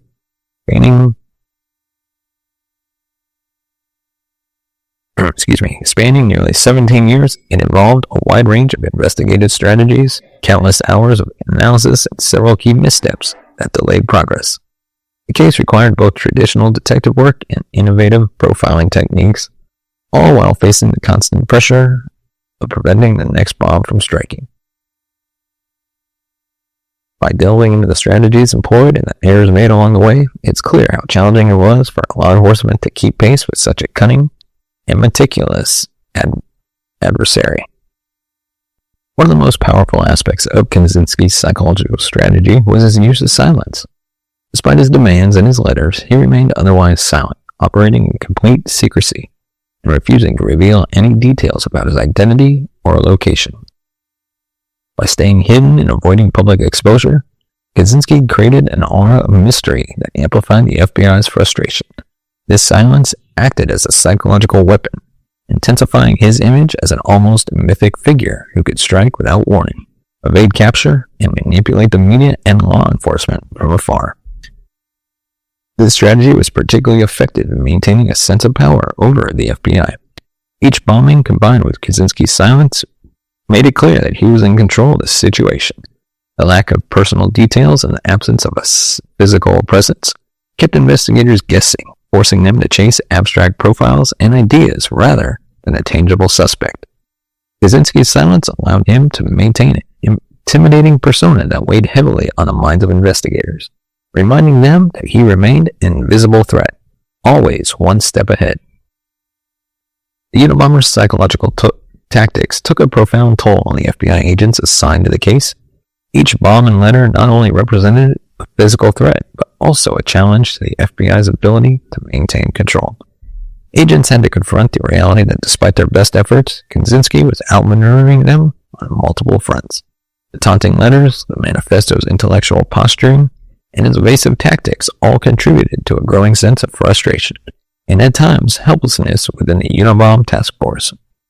Agents experienced mounting pressure to bring him to justice, not only to stop the bombings, but to regain control over a case that seemed to be slipping through their fingers. Kaczynski's ability to psychologically manipulate his pursuers, forcing them into ethical quandaries, making them feel intellectually challenged, affected morale and motivation. The lengthy pursuit, combined with the mental chess game he orchestrated, created a level of fatigue that compounded the difficulty of solving the case. When the manifesto was finally published, it was not through traditional investigative methods, but a family connection that led to Kaczynski's eventual capture. Ted's brother, David Kaczynski, recognized the tone and arguments in the manifesto as similar to Ted's, leading him to contact the FBI. While this was a breakthrough for law enforcement, Kaczynski likely understood the risks of publishing his work, but saw it as necessary to disseminate his ideology. In a final act of psychological complexity, he risked exposure to elevate his message, effectively betting his freedom on the power of his ideas. In the end, this decision proved to be his undoing. However, the fact that Kaczynski was willing to risk exposure showed the depth of his ideological commitment. To him, the manifesto's publication was worth the risk if it meant influencing public thought. This final move underscored the psychological game he had been playing all along, challenging the FBI and society to confront his ideas, even if it meant sacrificing his anonymity. The FBI's nearly 2-decade pursuit of the Unabomber was a relentless struggle against an adversary who operated from the shadows, remaining out of reach while his bomb struck fear across the nation. The Unabomber task force faced countless obstacles, frustrating dead ends, the psychological toll of an unseen enemy, and ethical challenges that tested the resolve. Yet through perseverance, innovation, and a willingness to engage in Kaczynski's psychological chess game, they ultimately prevailed. With his capture, the mystery ended, but his ideology, as expressed in his writings, continued to resonate, leaving a lasting impact on public discourse. Next week, we'll dive into the Unabomber's infamous manifesto. We'll explore the beliefs that fueled his campaign, examining the anti-technology philosophy and critique of modern society that he believed justified his actions. Join us as we decode the manifesto, unpacking Kaczynski's radical views, and considering the influence his ideas have had on discussions of technology and progress to this day.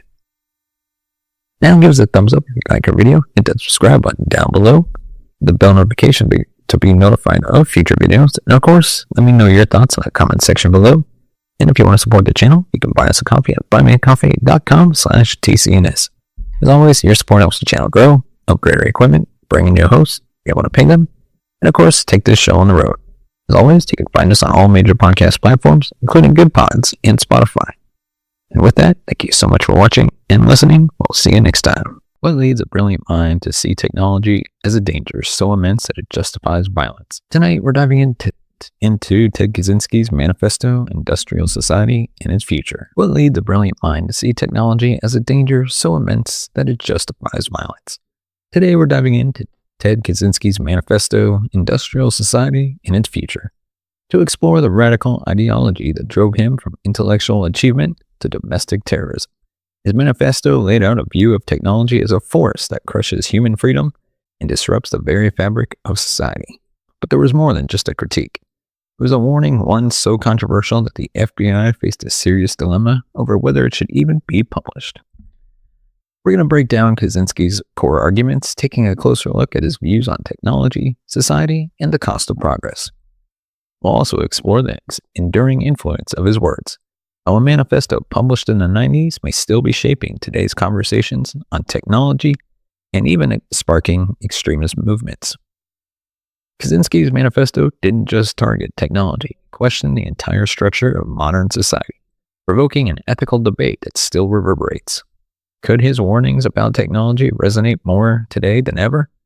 Stay with us as we delve into the disturbing depths of Kaczynski's ideology and examine the far-reaching impact of his ideas. Ideas that didn't disappear with his capture, but instead may continue to shape modern thought. Ted Kaczynski's manifesto, Industrial Society and its Future, presents a scathing critique of modern technology and industrialization. His arguments revolve around a central theme, that technology and industrial society fundamentally threaten human freedom and autonomy. According to Kaczynski, the rapid advancement of technology has not only diminished individual control over our own lives, it has also reshaped society in ways that he believed to be profoundly harmful. At the heart of Kaczynski's manifesto is the argument that technology strips individuals of their freedom. He believed that as technology advances, it forces people into increasingly specialized roles, where they become cogs in a vast, impersonal machine. In his view, each new technological development demanded stricter systems of control and surveillance to maintain social order, diminishing people's sense of autonomy. Kaczynski argued that this erosion of autonomy wasn't just an unintended consequence. It was an inherent feature of technological progress. According to him, technology essentially enslaved humanity, replacing natural human processes and instincts with artificial structures and systems of control. Kaczynski argued that the structure of industrial society creates a void where true purpose should be. In his view, technological advancements have rendered much of human effort unnecessary, leading people to invent surrogate activities, hobbies, careers, and pursuits that fill time but lack real meaning. He believed that these activities, from career achievements to personal hobbies, were mere substitutes for the primal struggles that defined human existence for centuries. By stripping away the challenges that once gave life meaning, Kaczynski saw industrial society as creating a population adrift, disconnected from authentic purpose and fulfillment. A key argument Kaczynski made was that industrial society forces people to depend on complex systems beyond their control, eroding personal agency. He saw this dependency as a gradual but pervasive weakening of human autonomy. In his view, people could no longer rely on themselves for their basic needs, food, shelter, and safety, but instead had to depend on massive impersonal systems that dictate how resources are managed and distributed. This dependency, he argued, placed people under the control of institutions, corporations, and governments that prioritized their own interests, often at the expense of individual freedom. Kaczynski also argued that technological progress is a self-reinforcing cycle that can't be stopped or reversed. He saw technology as a force that, once unleashed, accelerates its own advancement, often in unpredictable ways that society is unable to fully control. In his view, any attempt to regulate or slow technological progress would ultimately fail, as new technologies would continue to emerge, driving humanity further from a natural state and deeper into dependence on artificial systems. He warned that this cycle was leading society towards a future where humanity's freedom and ability to self-govern would be completely sacrificed to technological systems. In addition to his critique of technology, Kaczynski also devoted a portion of his manifesto to what he called leftism. He argued that left-leaning ideologies exacerbated society's issues by promoting values that he believed stifled individual freedom and encouraged dependence on the very technological and industrial systems he opposed. Kaczynski contended that these ideologies focused on what he viewed as unnecessary social reforms, creating a moral landscape that aligned with justified technological control. His critique of leftism was broad and controversial, but in his eyes, it represented a fundamental part of what was wrong with modern society, a focus on values that led people away from self-reliance and toward collective dependency. Kaczynski's ultimate argument was that the only way to preserve human freedom was to dismantle industrial society entirely. He believed that reform was futile and that technological society could not be adjusted to accommodate human freedom. In his view, only a complete revolution against the technological and industrial systems that govern modern life could restore humanity to a state of autonomy.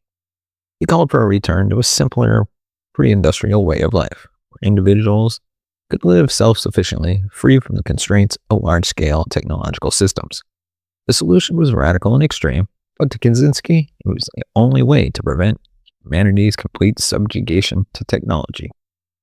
Kaczynski's manifesto paints a grim picture of modern technological society. He viewed technology as an unstoppable force that enslaves humanity, forces people into meaningless routines, and drives society towards a dystopian future where individual freedom is a distant memory. In his eyes, only a revolutionary break from industrial society could save humanity from this fate. While Kaczynski's arguments are controversial and his methods condemned, his critique of technology's impact on human autonomy continues to provoke discussion, raising questions about the complex relationship between freedom, purpose, and progress in an increasingly technological world. Ted Kaczynski's manifesto, Industrial Society and Its Future, outlines his staunch opposition to technology, which he saw as a powerful and inevitable force eroding human freedom and autonomy.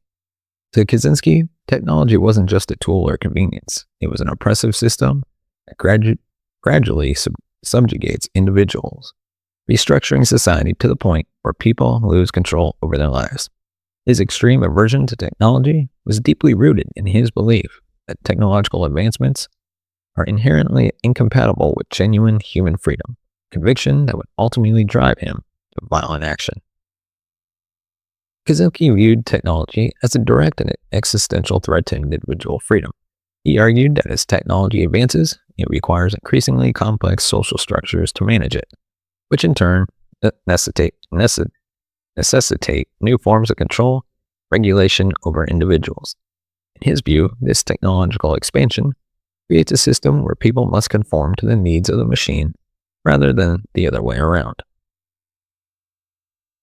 Every new invention, according to Kaczynski, demanded more centralization, more laws, and more surveillance, leaving individuals with fewer choices and less autonomy over their daily lives.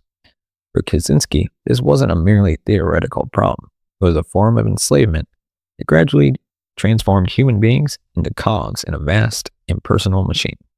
As he saw it, individuals became increasingly subject to rules and standards set by institutions, corporations, and government agencies that operate solely to sustain the technological system, not to protect personal freedom.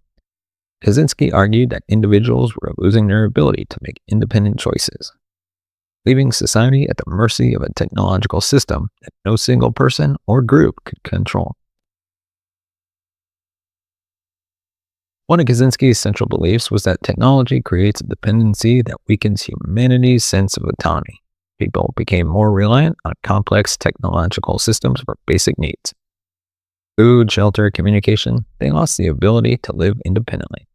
Kaczynski viewed this dependence as profoundly dangerous, as it placed individuals at the mercy of massive impersonal institutions that managed resources, governed social behavior, and enforced compliance in his eyes. The more technology developed, the more people had to rely on external systems for survival, creating a society where genuine self-reliance wasn't possible. This dependence was a key reason Kaczynski felt technology posed such a threat. He saw that even essential decisions, where to live, what work to pursue, how to spend time, were increasingly shaped by what technological system required or made possible, rather than by individual choice. This loss of agency was, to Kaczynski, not just a societal problem, but a direct assault on personal freedom. The desire to preserve autonomy became one of his most driving motivations, leading him to oppose any form of technological progress that, in his mind, further entrenched dependency and eroded self-sufficiency. Kaczynski believed that technological progress was a runaway train that humanity couldn't control, stop, or reverse. He argued that once a society commits to technological advancement, it becomes locked into a cycle where each new invention demands further innovations to address the challenges it creates. This self-perpetuating cycle, he argued, pushed society further and further from a natural, self-sufficient way of life and deeper into a structure of interdependent systems. In Kaczynski's view, even attempts to control or limit technology would inevitably fail, as the system itself has become self-sustaining, moving forward regardless of human intervention or intent. To Kaczynski, this meant that no reform or regulation could truly halt technological progress. As he saw it, technology would continue to evolve, demanding more resources, greater conformity, and stronger controls, leading to a future where human freedom and self-determination would be entirely eliminated. This belief in technology's unstoppable nature fueled his conviction that extreme measures were necessary. He felt that only by dismantling the industrial and technological society could humanity reclaim its autonomy. Kaczynski's views on technology were not purely theoretical. He believed that the threat was urgent and that society's path toward technological control justified drastic action. He saw the bombings as a form of necessary violence, intended to both disrupt the technological system and draw attention to the danger he believed it posed. Kaczynski's ultimate aim was to trigger a revolution against industrial society, one that would lead to the abandonment of advanced technology and return to a simpler, self-reliant way of life. Kaczynski rationalized his violent acts by positioning himself as a lone warrior against a system that he felt could not be stopped by peaceful means. In his mind, technological progress was so deeply rooted in society that only shock and disruption could possibly bring people to understand the dangers. The bombings were his way of forcing society to confront the threat he believed it ignored. His violent campaign was therefore not an expression of random aggression, but a calculated attempt to wake up society to what he considered the oppressive force of technology. At the core of Kaczynski's actions was a crusade against what he saw as systemic control. He perceived technology as something that removed decision-making from the individual and placed it in the hands of impersonal systems, leaving people powerless over their own lives. This resentment towards technological systems drove him to target institutions, such as universities and airlines, that he saw as symbols of industrial society control over human life. By attacking these institutions, Kaczynski hoped to send a message that the very foundations of modern society were built on oppressive systems that stripped individuals of true freedom.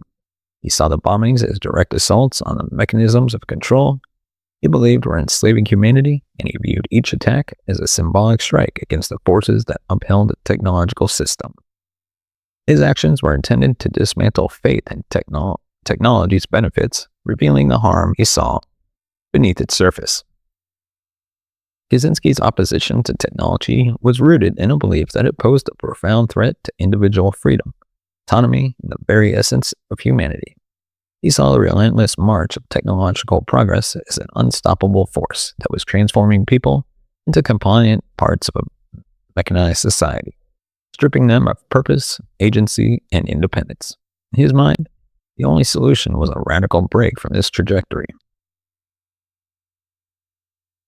Dismantling the technological system that could restore humanity to a state of genuine autonomy.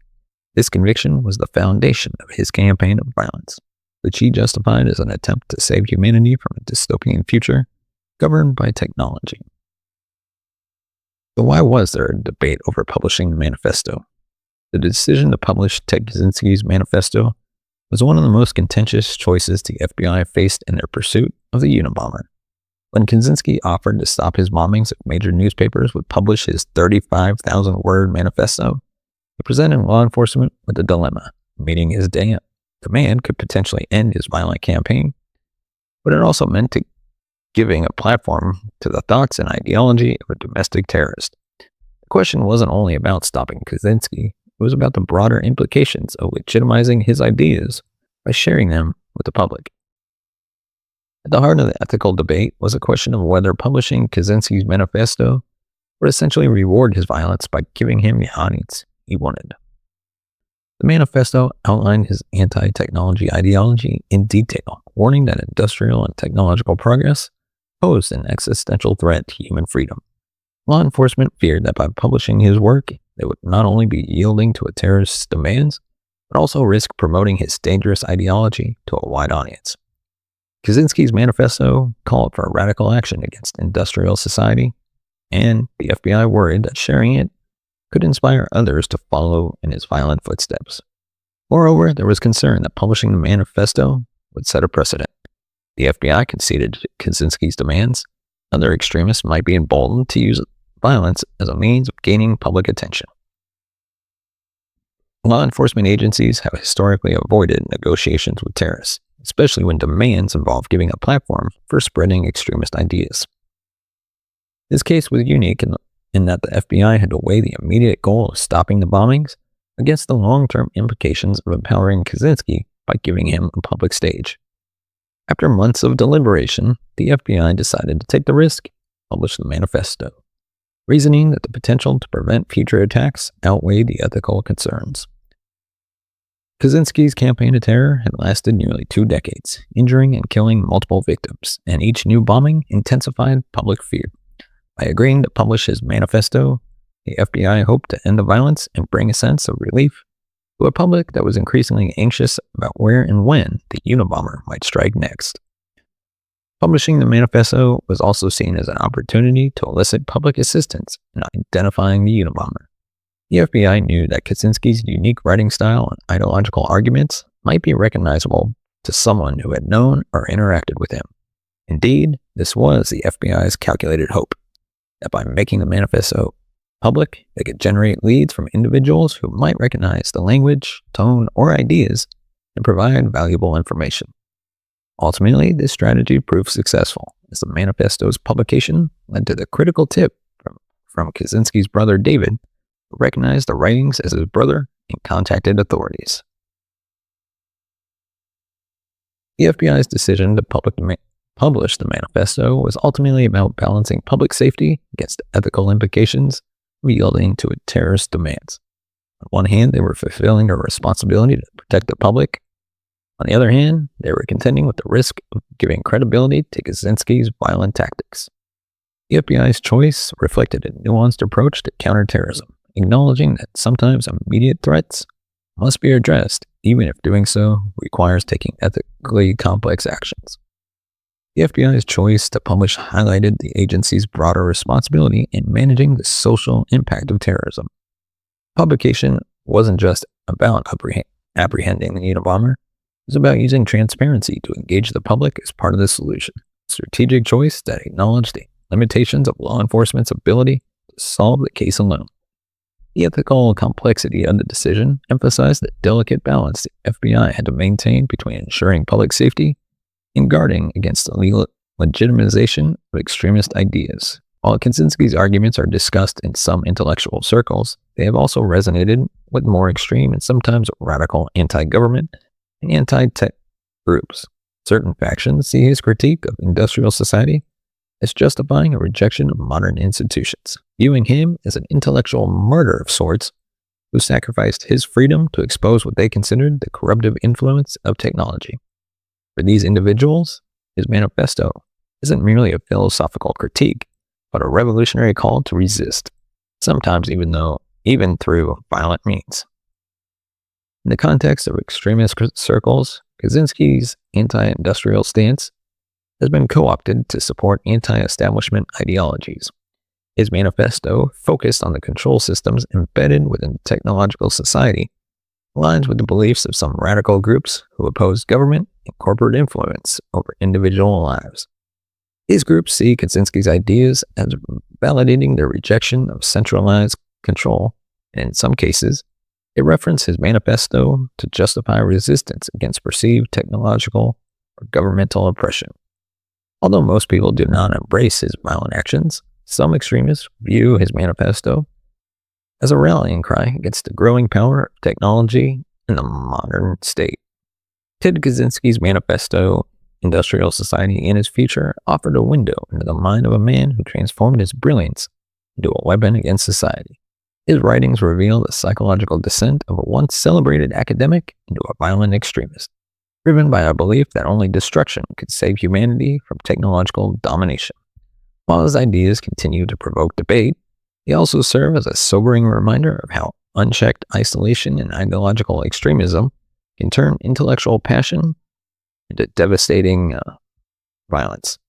But how did this 17-year manhunt finally come to an end? Next week, we'll explore the breakthrough of the brother who turned him in. In this emotional and gripping episode, we'll uncover the role of Ted's brother, David Kaczynski, whose difficult decision to act on his suspicions became the key to capturing the Unabomber.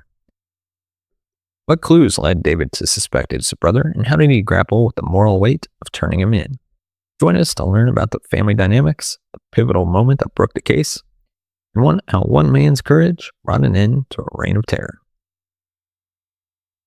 And that is our story for today. Let me know your thoughts in the comment section below. And of course, give us that thumbs up if you like our video. Hit that subscribe button down below. Hit the bell notification button to be notified of future videos. And of course, if you want to support the channel, you can go ahead and go to buymeacoffee.com/TCNS. As always, your support helps the channel grow, upgrade our equipment, bring in new hosts, be able to pay them, and of course, hopefully one day take this show on the road. And your support can help make that happen. Of course, you can find us on all major podcast platforms, including Apple, Amazon Music, Good Pods, Spotify, anywhere you get your podcasts from. And with that, thank you so much for watching and listening. We will see you next time. We're going to take a quick break from this episode, and I'd like to discuss my sponsor, NordVPN, the service that keeps me confident and secure every time I go online. If you're not familiar, a VPN stands for Virtual Private Network, and NordVPN is one of the best out there for keeping your browsing activity under wraps. Why do I use NordVPN? First, it gives me total online privacy.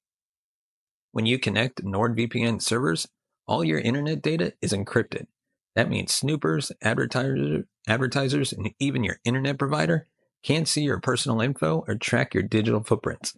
It's like having an invisible cloak for your online life. Second, NordVPN is awesome for unblocking geo-restricted content. Love streaming sports from overseas or catching up on that show that isn't available in your country yet? Just open NordVPN, pick a server from one of their thousands of locations worldwide, and boom, you'll have access to content you couldn't see before. Plus, with speeds faster than ever, you can stream in high definition without those pesky buffering interruptions. Now let's talk simplicity. NordVPN's app is super user-friendly. Whether you're on a phone, laptop, or tablet, you can connect with just one click. And if you ever get stuck, their customer support is there 24/7. Another big highlight, NordVPN has a no-logs policy, which means that they never track or store your data. Your digital world stays yours alone. Lastly, if you travel often like me, NordVPN really comes in handy. Whether you're on public Wi-Fi at airports, hotels, or coffee shops, your data is always at risk. But with NordVPN, you can safeguard your connection and keep hackers at bay. No more worrying about whether your coffee shop Wi-Fi is safe. So if you're serious about protecting your privacy, accessing global content, and just having peace of mind online, NordVPN is the way to go. Give it a try, and I promise you'll wonder why you waited so long. Hit the link in the description to learn more and grab a special deal. Stay safe out there and happy browsing with NordVPN. Now let's get back to the rest of our episode. Imagine uncovering a horrifying truth about someone you've loved your entire life.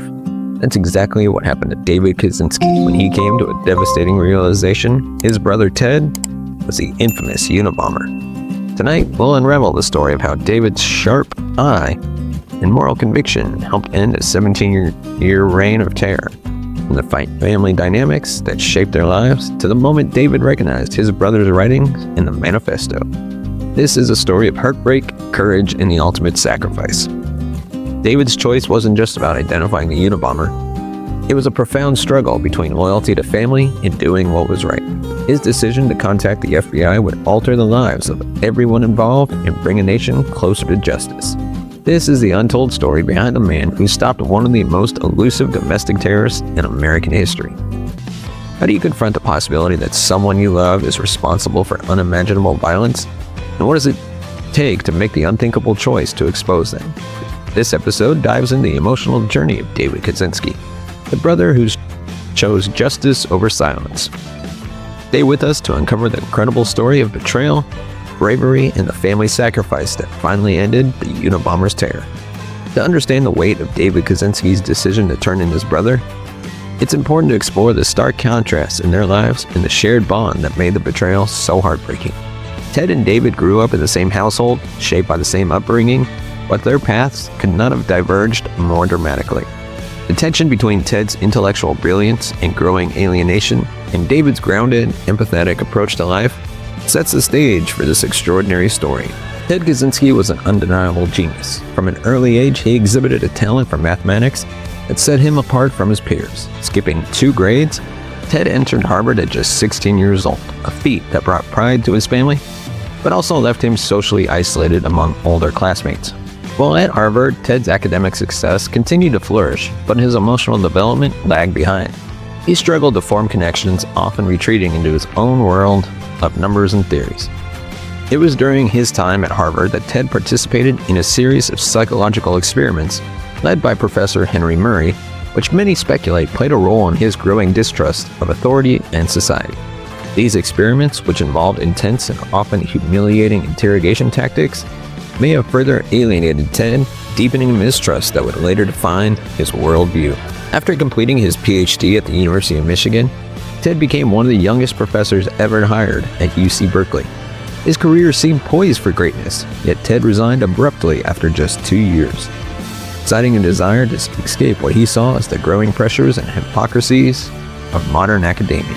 This decision marked the beginning of his retreat from society, a retreat that would eventually take him to a tiny cabin in the wilderness of Montana, where his disdain to industrialization and technology began to fester into something much darker. In contrast, David Kaczynski took a much more conventional and emotional connected path in life. Though not a prodigy like his older brother, David was thoughtful, creative, and empathetic. He pursued a career in education and later worked in nonprofit organizations, dedicating his life to help others and fostering meaningful relationships. David's life was grounded in the values of compassion and responsibility, traits that would later drive him to make one of the hardest decisions imaginable. David admired his older brother deeply, often seeing Ted's intellect as both a gift and a burden. While Ted excelled in academia, David thrived in his ability to connect with others, forming close friendships and building a life centered on community.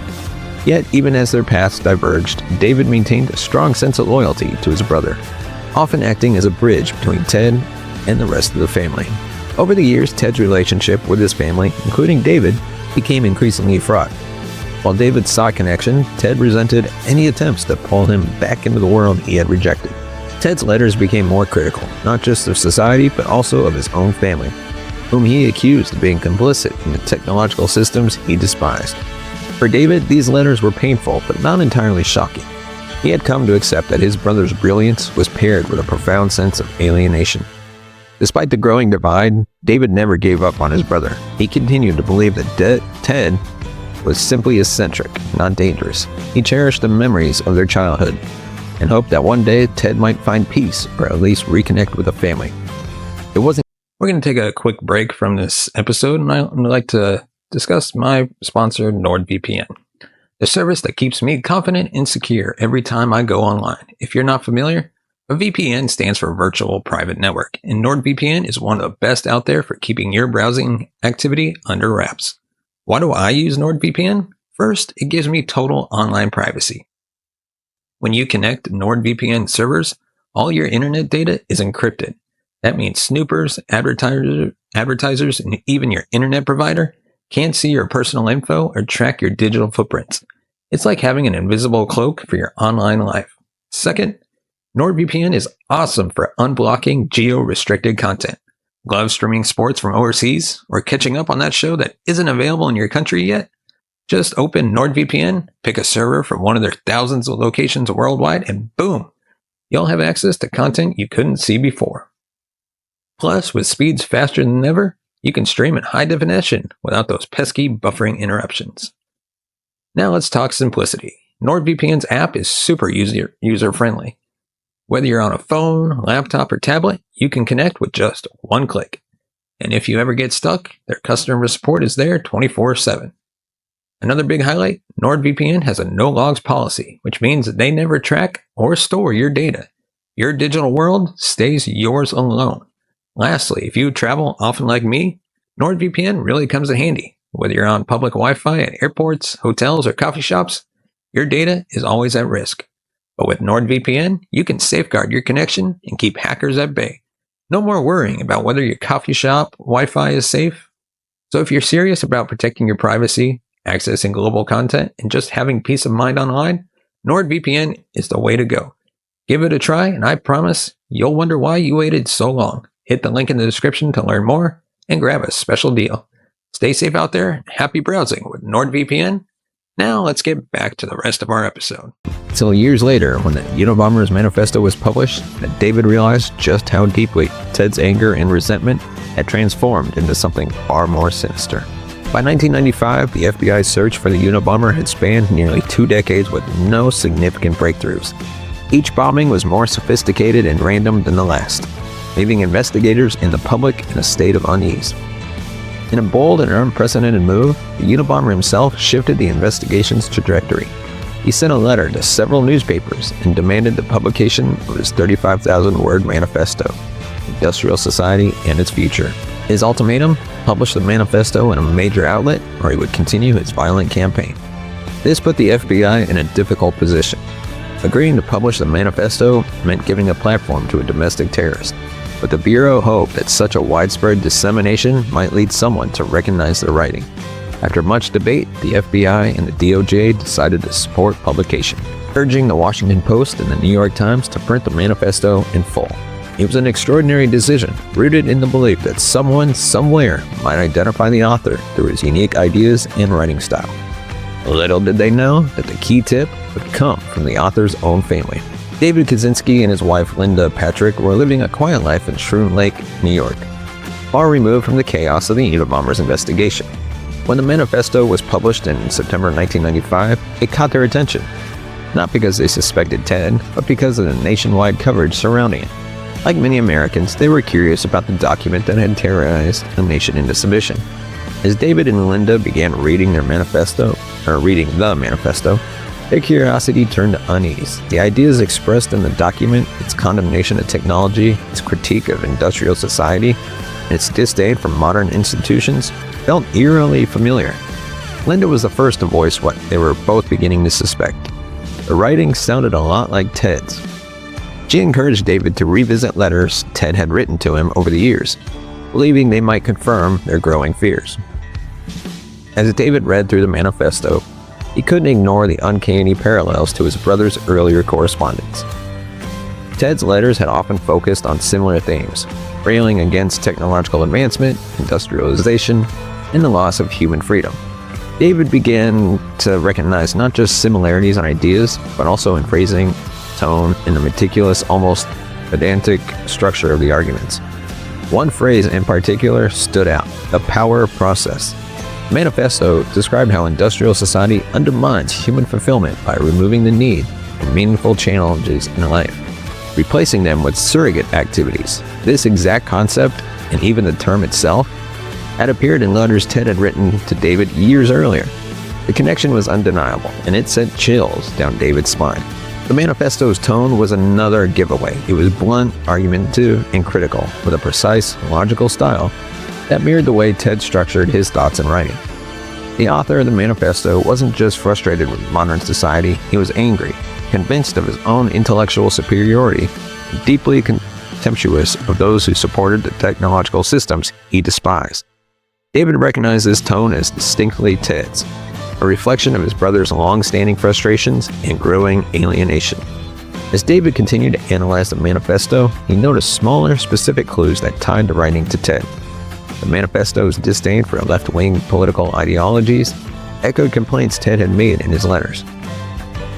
Even the way the author framed certain arguments, methodically dissecting an idea before launching into a passionate critique, was strikingly similar to Ted's rhetorical style. For David, the process of connecting the manifesto to his brother was both surreal and heartbreaking. On one hand, he couldn't ignore the mounting evidence that Ted might be the Unabomber. On the other, he struggled to reconcile the author of this violent manifesto with the brother he had grown up admiring. The idea that Ted, who had once been a celebrated academic, could be capable of such calculated violence was almost too much to bear. Linda, too, recognized the gravity of their discovery. She urged David to consider the possibility that Ted might truly be the person behind the bombings. Her encouragement helped David face the painful reality. If their suspicions were correct, it was their moral duty to act. The idea of doing nothing, of allowing the bombings to continue, was unthinkable. Yet the emotional weight of turning in his own brother was a burden David wasn't sure he could carry. The manifesto had been intended as a message to the world, a condemnation of modern society. But for David, it became something much more personal. A key to unlocking a terrible truth about his own family. What had started as casual curiosity led to a life-altering realization, one that would force David to make the most difficult decision of his life. For David Kaczynski, suspecting that his brother Ted might be the Unabomber was a shocking and surreal realization. The very thought seemed almost impossible to reconcile with the brother he had grown up with, a brilliant, quiet boy who had excelled at math and dreamed of a simpler, self-sufficient life. David's initial disbelief was as much about love and loyalty as it was about the difficulty of imagining that someone so close to him could be capable of such horrific acts. When David first considered the possibility that Ted might be the Unabomber, his immediate reaction was denial. How could the sibling he had once shared a childhood with, the same brother who had guided him through puzzles and introduced him to intellectual ideas, be responsible for acts of terrorism? For years, David had rationalized Ted's reclusiveness and growing hostility as quirks of his personality, not signs of danger. Ted had always been eccentric. He was still family. Yet, as David revisited Ted's letters and compared them to the manifesto, the similarities became impossible to dismiss. The same phrases, the same anger towards industrial society, the same obsessive critique of technology, all of it pointed to Ted. For David, the realization was both chilling and heartbreaking. He felt as though he were seeing his brother in a new, terrifying light, and that the bond that they had shared as children had been irrevocably tainted by this grim possibility. David didn't face the realization alone. His wife, Linda, was instrumental in helping him process the mounting evidence. From the beginning, Linda had been the first to voice her suspicion that Ted might be the Unabomber after reading the manifesto. She noticed not only the similarities in tone and content, but also the way the manifesto mirrored Ted's way of thinking. Linda's perspective added weight to David's growing doubts, and she gently but firmly encouraged him to confront the possibility. Their conversations were intense and emotional, filled with the gravity of what they might have to do. Linda emphasized the moral responsibility they shared. If Ted was the Unabomber, reporting him could save lives. Allowing the bombings to continue when they had the power to stop them wasn't an option. Still, Linda was deeply empathetic towards David's struggles. She understood the profound pain of what he was grappling with, the potential loss of his relationship with his brother. the betrayal Ted would surely feel, and the heavy burden of knowing that their actions might lead to Ted's imprisonment or even execution. Through it all, Linda's steady encouragement helped David find the strength to consider the unthinkable. Ultimately, David's choice came down to his belief in justice and his duty to prevent further harm. It was not a decision he made lightly, nor one he would ever come to terms with. He understood that by reporting Ted, he would likely lose his brother forever, not just to prison, but to the anger and betrayal Ted would inevitably feel. Yet David also knew that staying silent was not an option. The potential cost of inaction was simply too high. David's decision was a testament to the strength of his moral character. It reflected the ability to put the needs of others above his own pain, to choose justice over loyalty, and to accept the emotional consequences of doing what was right. It was an act of extraordinary courage, driven by a deep sense of responsibility and an unwavering commitment to protecting innocent lives. After months of agonizing over suspicions and wrestling with his loyalty to his brother, David made the life-altering decision to contact the FBI. It was a moment defined by courage and heartbreak as David realized the magnitude of what he was about to do. Turn in his own brother to potentially face a lifetime in prison, or worse, the death penalty. The decision was not made lightly, and the journey from suspicion to collaboration with federal authorities would test David in ways he never imagined. When David officially approached the FBI through his lawyer, he provided them with a trove of personal letters Ted had written over the years. These letters, often filled with Ted's frustrations with modern society and technology, mirrored the tone and content of the Unabomber's manifesto. They were the key evidence investigators needed to establish a connection between Ted and the manifesto. David's cooperation involved sifting through years of correspondence, revisiting deeply personal moments shared between brothers. Each letter was another piece of evidence, another fragment of their bond repurposed for the FBI's investigation. David's meticulous memory also helped investigators understand Ted's worldview and his timeline, details that were instrumental in building their case. The FBI took David's suspicions seriously. They needed to confirm the connection between Ted and the manifesto before taking action. Linguistic experts analyzed the letters and compared them to the manifesto, identifying striking similarities in tone, vocabulary, and phrasing. The recurring themes of the power process, criticisms of industrial society, and disdain for technology left little doubt that the same author had written both sets of documents. The evidence David provided was exactly what the FBI had been searching for. With the letters in hand, investigators were able to obtain a search warrant for Ted's remote cabin. On April 3, 1996, the FBI raided the cabin, uncovering bomb-making materials, a typewriter used to draft the manifesto, and journal entries detailing the attacks. It was a definitive breakthrough that confirmed Ted as the Unabomber, ending his 17-year reign of terror. David's cooperation was instrumental in bringing the case to a close, and the FBI acknowledged his critical role in helping to identify and apprehend his brother. Yet for David, the resolution was bittersweet. While the nation celebrated the capture of a domestic terrorist, David was left grappling with the personal cost of his decisions. The days following Ted's arrest were a whirlwind of media attention and family upheaval. David's name was eventually revealed to the public, placing him at the center of a story that had captivated the nation. While many praised his courage, David struggled with the guilt and grief of having played a role. David struggled with the guilt and grief of having played a role in his brother's downfall. Turning in Ted Kaczynski was not just a seismic moment in David's life, it sent shockwaves through the entire Kaczynski family, fracturing relationships and leaving lasting emotional scars. The decision to report his brother to the FBI fundamentally altered the family dynamic, particularly the bond between Ted and David, which was already strained by years of separation and ideological differences.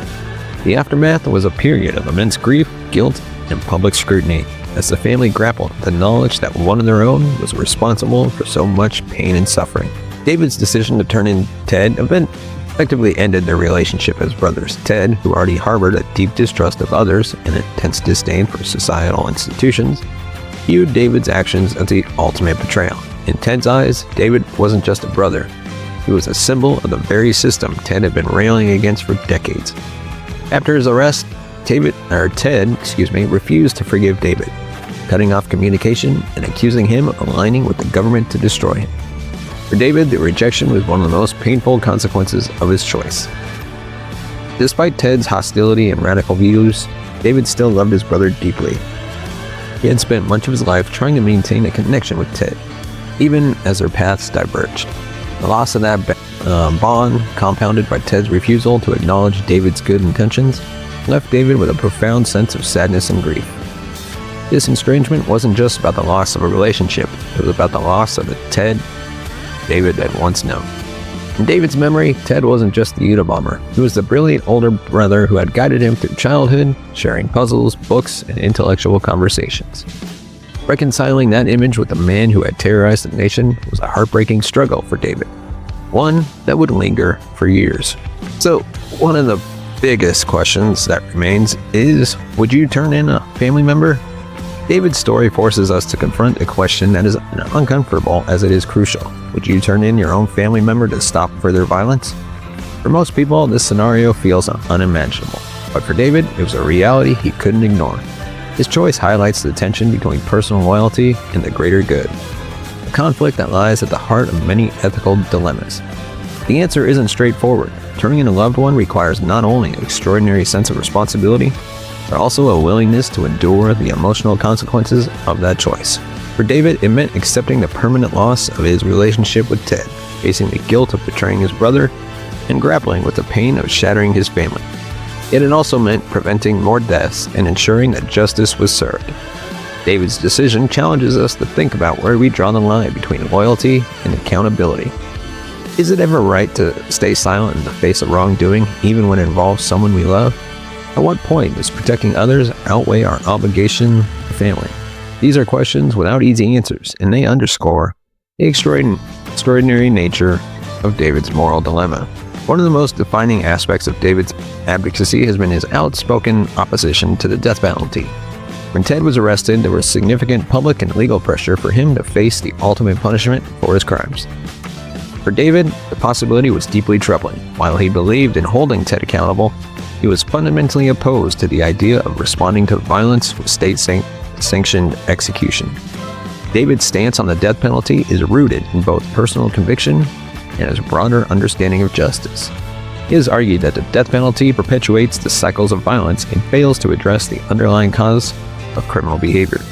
In Ted's case, David saw the death penalty as an act of vengeance rather than a solution, and he worked tirelessly to advocate for a life sentence instead. And his efforts were successful. Ted ultimately avoided the death penalty, receiving a sentence of life imprisonment without parole. In the years since, David has become a prominent voice in the movement to abolish the death penalty. He has worked with organizations such as Murder Victims' Families for Human Rights, using his unique perspective to challenge the notion that execution is a form of justice. David's advocacy is deeply personal, but it also reflects his broader belief in the value of compassion, even in the face of unimaginable harm. In the end, David Kaczynski's journey is a reminder that our greatest challenges often reveal our deepest strengths. His story is not just about the Unabomber, it's about the enduring power of humanity to confront darkness with light and to choose compassion even in the face of heartbreak. His journey from suspicion to advocacy highlights the complexity of navigating loyalty, justice, and the human responsibility to prevent harm. By stepping forward, David not only brought an end to Ted's reign of terror, but also sparked essential conversations about mental health, family dynamics, and the ethical challenges we face in life's most difficult moments. But what happened after the FBI finally captured Kaczynski? How did the raid on his Montana cabin reveal the extent of his crimes? And what unfolded during the trial where Ted's mental health and his insistence on representing himself took center stage? Join us in the next episode, where we'll uncover the dramatic moments of his arrest, the trove of evidence found, and the legal battles that followed. We'll explore how the trial shaped public perception of the Unabomber and how justice was ultimately served in one of the most infamous cases in modern history. So don't miss it. And with that, thank you so much for watching and listening. Give us your thoughts in the comment section below. Give us a thumbs up if you like the video. Hit that subscribe button down below. Hit the bell notification button to be notified of future video.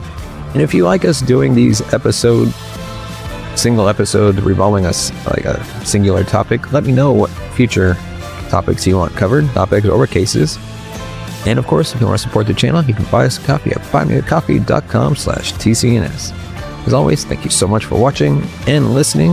You can find us on all major podcast platforms, including Good Pods. and Spotify. And with that, we'll see you next time. The trial of Ted Kaczynski was a watershed moment in American criminal history. For nearly 2 decades, the Unabomber had remained an elusive figure, his terror spanning across multiple states, leaving behind a trail of devastating bombings. Kaczynski's trial, however, marked the moment the public would finally confront the mind behind the attacks. No longer just a faceless figure hiding in the shadows. Kaczynski would be in the spotlight, forced to face justice for his violent campaign. The media frenzy surrounding the trial was unprecedented. For years, the Unabomber's identity was a mystery, and as soon as it was revealed that Kaczynski was the man responsible for the bombings, the news captivated the nation. Every detail about his past, his beliefs, and his motivations was dissected and broadcasted. The media's portrayal of Kaczynski as a reclusive genius with radical views only added to the mystique, with the public eager to understand how and why this man, once a Harvard graduate and a brilliant mathematician, had turned to violence. This trial didn't just capture the public's attention because of the dramatic nature of the crimes. It symbolized the end of one of the longest and most complex investigations in U.S. history. The Unabomber Task Force, a massive collaborative effort that included the FBI, local law enforcement, and experts, had worked relentlessly to track down the person behind the bombings. The team faced countless dead ends, an evolving suspect profile, and the challenges of piecing together evidence from the scattered locations of the bombings. Their persistence eventually led to Kaczynski's capture in 1996, and by 1998 the trial would begin, bringing the long-sought conclusion to a case that had haunted the nation for years. As the trial progressed, it became clear that Kaczynski's story was more than just a tale of a lone terrorist. It was a chilling reflection of the dark side of radical ideology, mental health, and a society grappling with the threat of domestic terrorism. The trial wasn't just about securing a conviction, it was a public reckoning, with the nation's collective fear and curiosity reaching a peak. We're going to take a quick break from this episode, and I'd like to discuss my sponsor, NordVPN, the service that keeps me confident and secure every time I go online. If you're not familiar, a VPN stands for Virtual Private Network, and NordVPN is one of the best out there for keeping your browsing activity under wraps. Why do I use NordVPN? First, it gives me total online privacy. When you connect to NordVPN servers, all your internet data is encrypted. That means snoopers, advertisers, and even your internet provider can't see your personal info or track your digital footprints. It's like having an invisible cloak for your online life. Second, NordVPN is awesome for unblocking geo-restricted content. Love streaming sports from overseas or catching up on that show that isn't available in your country yet? Just open NordVPN, pick a server from one of their thousands of locations worldwide, and boom! You'll have access to content you couldn't see before. Plus, with speeds faster than ever, you can stream in high definition without those pesky buffering interruptions. Now let's talk simplicity. NordVPN's app is super user-friendly. Whether you're on a phone, laptop, or tablet, you can connect with just one click. And if you ever get stuck, their customer support is there 24/7. Another big highlight, NordVPN has a no-logs policy, which means that they never track or store your data. Your digital world stays yours alone. Lastly, if you travel often like me, NordVPN really comes in handy. Whether you're on public Wi-Fi at airports, hotels, or coffee shops, your data is always at risk. But with NordVPN, you can safeguard your connection and keep hackers at bay. No more worrying about whether your coffee shop Wi-Fi is safe. So if you're serious about protecting your privacy, accessing global content, and just having peace of mind online, NordVPN is the way to go. Give it a try, and I promise you'll wonder why you waited so long. Hit the link in the description to learn more and grab a special deal. Stay safe out there. Happy browsing with NordVPN. Now let's get back to the rest of our episode. When Ted Kaczynski first appeared in court, his demeanor immediately set him apart from the typical image of a defendant in a criminal trial. Physically, he was a disheveled figure, often appearing in a plain, unkempt outfit, with his wild beard and uncut hair adding to his striking appearance.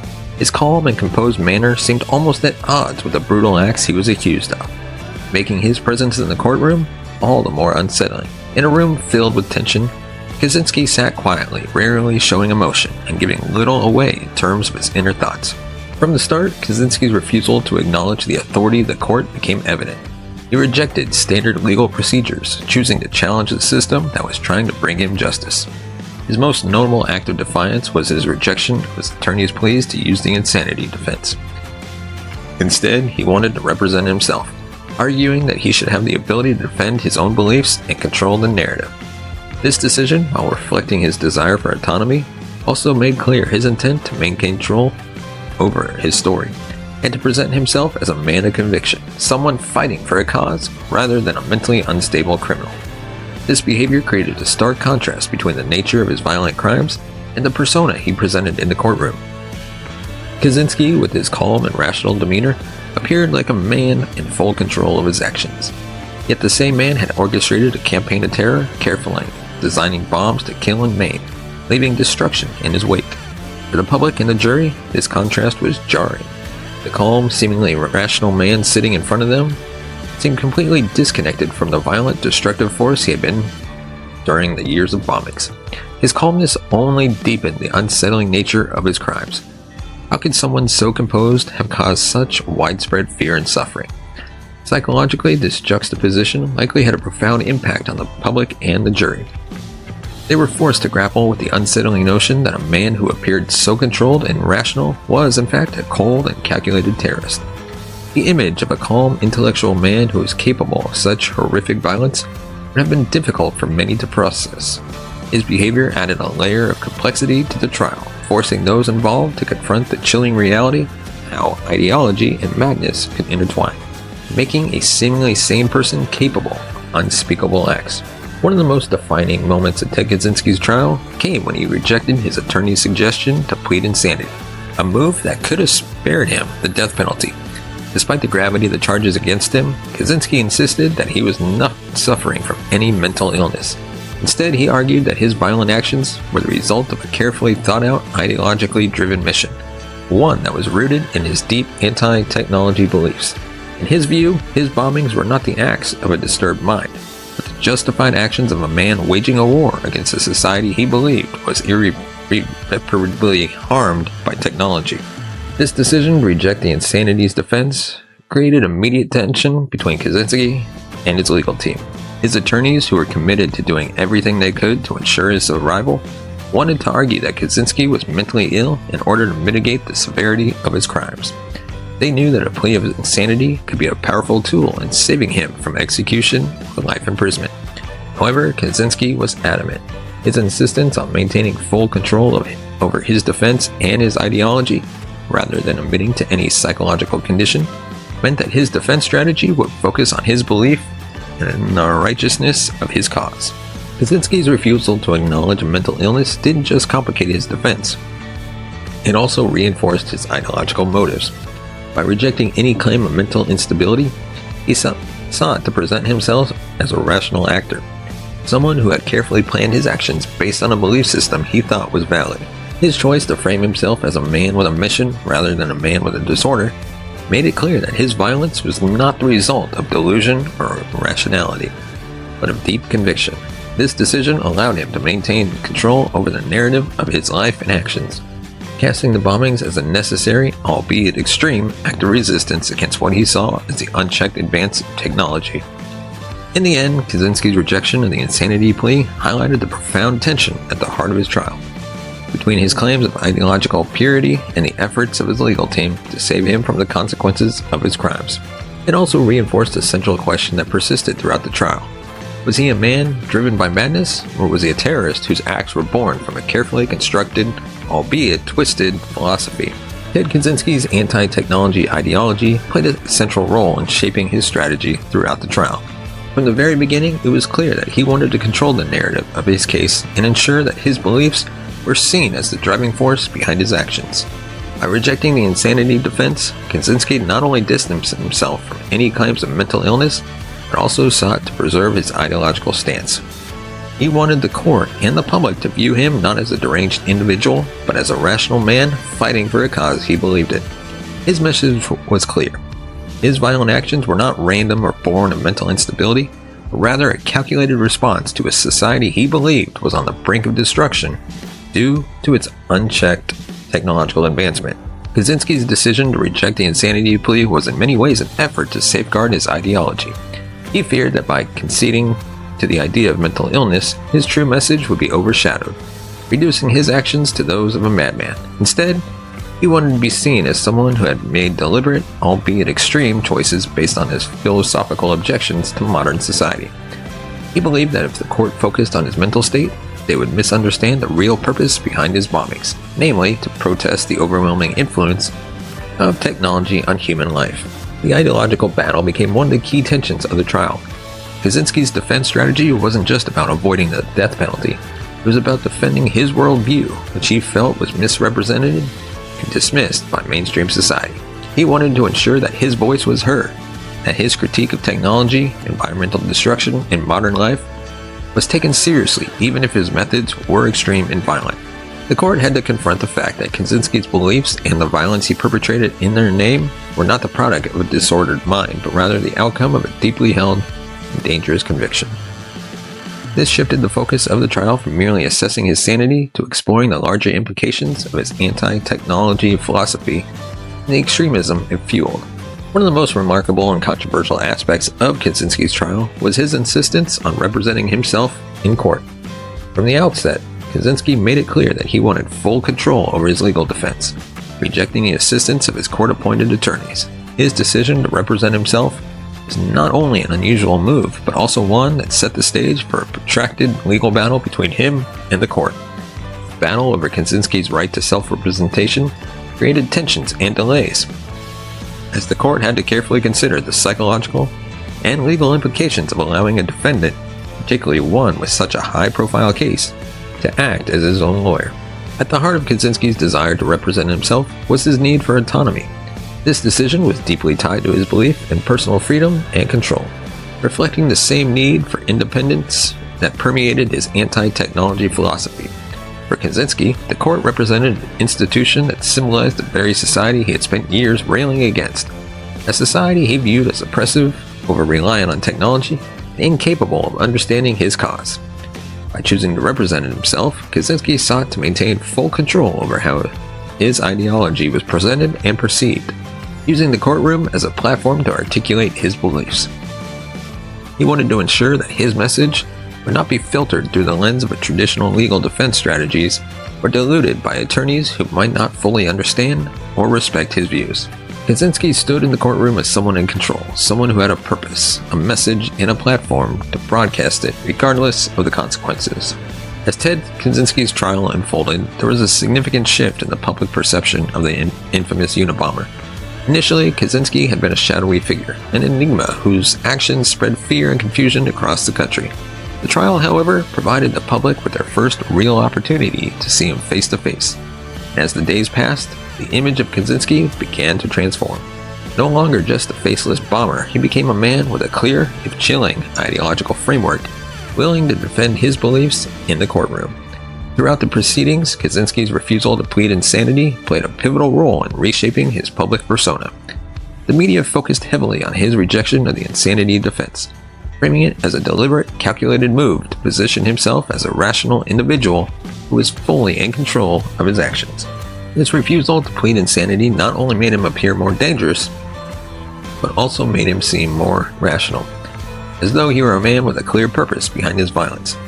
The media portrayed him not as a mentally unstable recluse, but as a calculated terrorist, determined to defend his anti-technology philosophy at any cost. This portrayal only deepened the public's fascination with Kaczynski. As the trial continued, the media became a lens through which the nation could watch Kaczynski's ideas unfold in real time. The courtroom became a stage for him to present his reasoning and beliefs, even as his actions were seen as heinous and destructive. People were drawn to his calculated demeanor and his ability to articulate his motives so clearly, as if he were not a man consumed by madness, but a person driven by a deep intellectual conviction. In a strange way, Kaczynski's refusal to acknowledge any mental illness and his insistence on representing his ideology in the most rational terms made him a figure of both fear and curiosity. The trial gave the public an opportunity to hear Kaczynski's reasoning in his own words, something that had been missing from the chaotic years of bombings and investigations. As he sat in the courtroom, unflinching and unmoved by the emotional weight of the victim testimonies, the public was able to confront the man behind the bombs. It was a surreal moment for many, seeing the Unabomber face to face, not just as a symbol of terror, but as a person who had crafted an ideology justifying violence. His calm, almost detached behavior, combined with his unwavering commitment to his beliefs, created a complex figure for the public to reckon with. As the trial progressed, Kaczynski went from being a faceless monster to a figure who was ideologically driven as he was terrifying.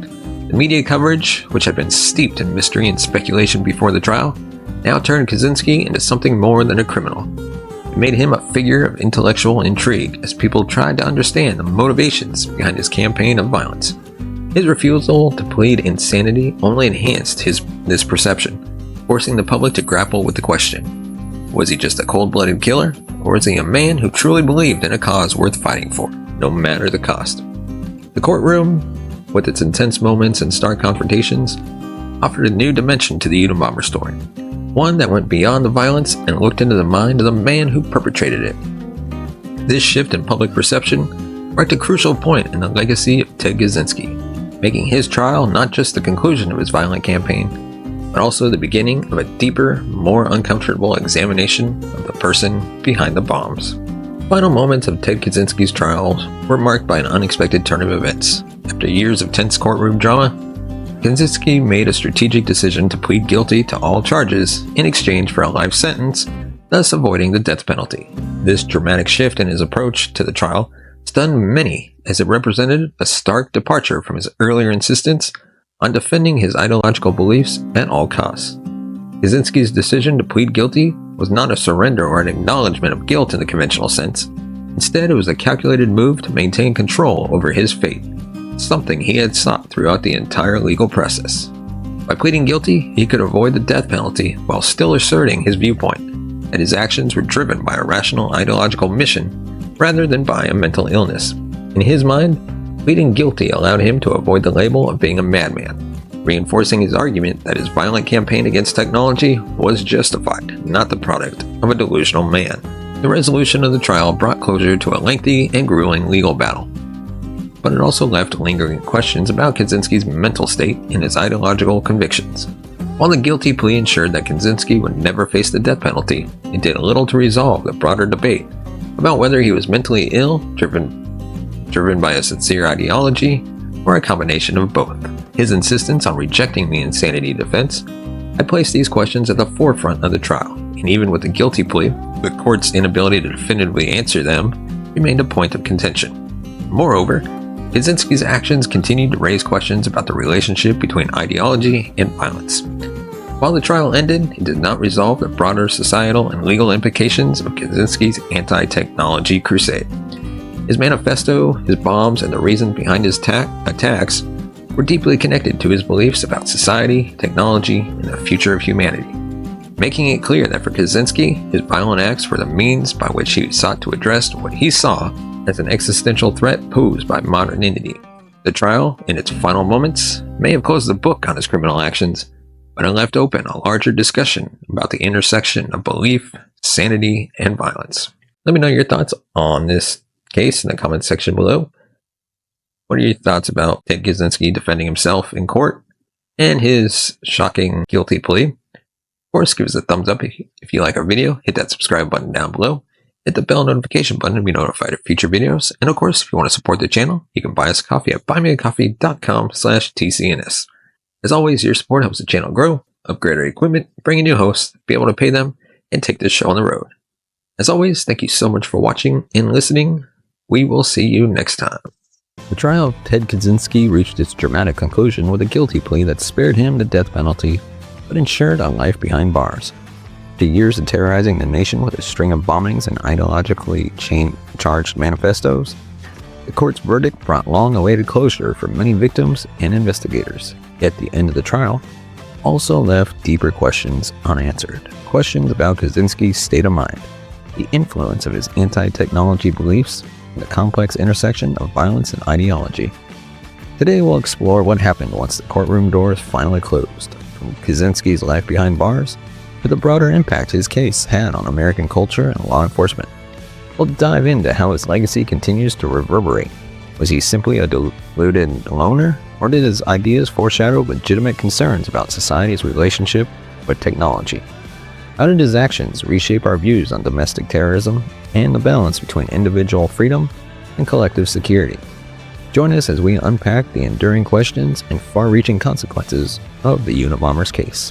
When Ted Kaczynski was sentenced to multiple life terms without the possibility of parole, it marked the conclusion of one of the most notorious criminal cases in American history. The severity of the sentence was a reflection not only of the gravity and impact of his crimes, but also of society's urgent need to prevent any further violence he might perpetrate. By removing Kaczynski from public life completely, the court sought to ensure the safety and security of the populace, severing his physical ability to continue his campaign against modern technology. This sentencing also served as a significant legal precedent for dealing with cases involving domestic terrorism, particularly those driven by ideologically motivated lone actors. Kaczynski's transition to life in the United States Penitentiary Administrative Maximum Facility, ADX, in Florence, Colorado, was a stark shift from his years of isolated living in a rural cabin.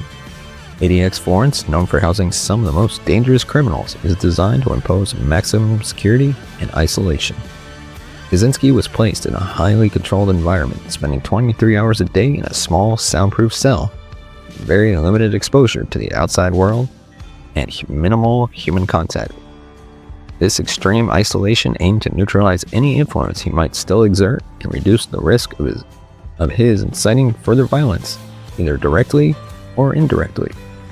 The routine at ADX Florence is rigorous and tightly scheduled, including escorted movements, monitored communications, and strictly supervised interactions. Despite these constraints, Kaczynski managed to maintain a degree of intellectual activity, attempting to engage with the outside world through writing. His communications, however, are subject to stringent scrutiny to prevent him from spreading his anti-technology ideology or influencing potentially susceptible individuals. Even behind bars, Kaczynski has sought ways to continue articulating his views. He has engaged in limited correspondence and has succeeded in publishing a few pieces, including essays that critique technological society. These writings have been heavily censored and scrutinized by prison authorities, ensuring that they do not incite or encourage criminal activity.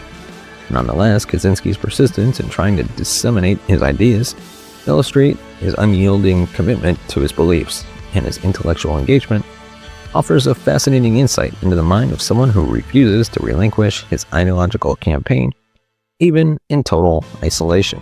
This ongoing activity raises complex questions about freedom of speech, the rights of incarcerated individuals, and the responsibilities of the penal system to balance these rights with security concerns. It also prompts a broader societal debate about the handling of ideologically motivated inmates, particularly those whose beliefs have previously led them to commit acts of terrorism. Kaczynski's life sentence and the conditions of his incarceration highlight the ethical and practical challenges of dealing with high-risk inmates who pose continued ideological threats. The extreme isolation and security measures at ADX Florence, while deemed necessary to prevent further harm, also underscore the harsh realities of maximum security imprisonment. This aspect of Kaczynski's life invites ongoing discussions about the best practices for managing such prisoners, balancing the needs for security with considerations for their mental and physical well-being. As we consider Kaczynski's life in prison, we are compelled to reflect on the implications of his continued influence and the nature of punishment in the age of mass communication and persistent ideological conflicts. His case remains a poignant reminder of the long-lasting effects of domestic terrorism, the complex legacy that such individuals leave behind. For many victims of Ted Kaczynski's bombings, the conclusion of his trial and his subsequent incarceration brought a certain level of legal closure, but the emotional and physical scars persist. Victims experienced a range of injuries, from severe burns and shrapnel wounds to permanent disabilities. The psychological trauma for many has been long-lasting, with some suffering from PTSD, anxiety, and depression, a constant reminder of their terrifying encounters. For these individuals, the trial's end did not signify an end to their pain. Rather, it marked the beginning of a lifelong journey of recovery and adaptation. Despite Kaczynski's life sentence, for some victims and their families, there remains a feeling of unresolved justice. They grapple with the knowledge that while their assailant is behind bars, the reasons and justifications he offered for his actions did little to address their personal losses or the disruption to their lives. This ongoing struggle with the aftermath highlights the complex nature of closure, which legal resolutions alone cannot fully provide. In the wake of Kaczynski's capture and trial, public sympathy for the victims led to several initiatives aimed at providing support and recognition. While there was no large-scale federal compensation program specified for Unabomber victims, various community-driven efforts and smaller fundraisers helped some affected individuals cope with medical expenses and psychological counseling. Additionally, victim advocacy groups often stepped in to offer emotional support and practical assistance, helping to navigate the complexities of recovery. The impact of the bombings also spurred legislative and organizational efforts to improve support systems for victims of terrorism and violent crimes more broadly.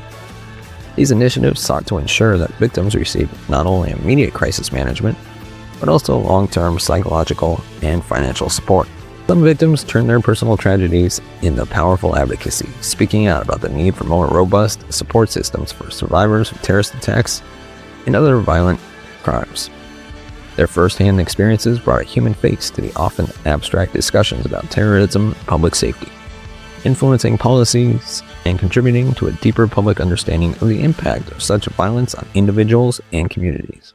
For example, individuals affected by the Unabomber's attacks have participated in conferences, written articles, and engaged in public speaking opportunities to educate others about the effects of trauma and the importance of community resilience.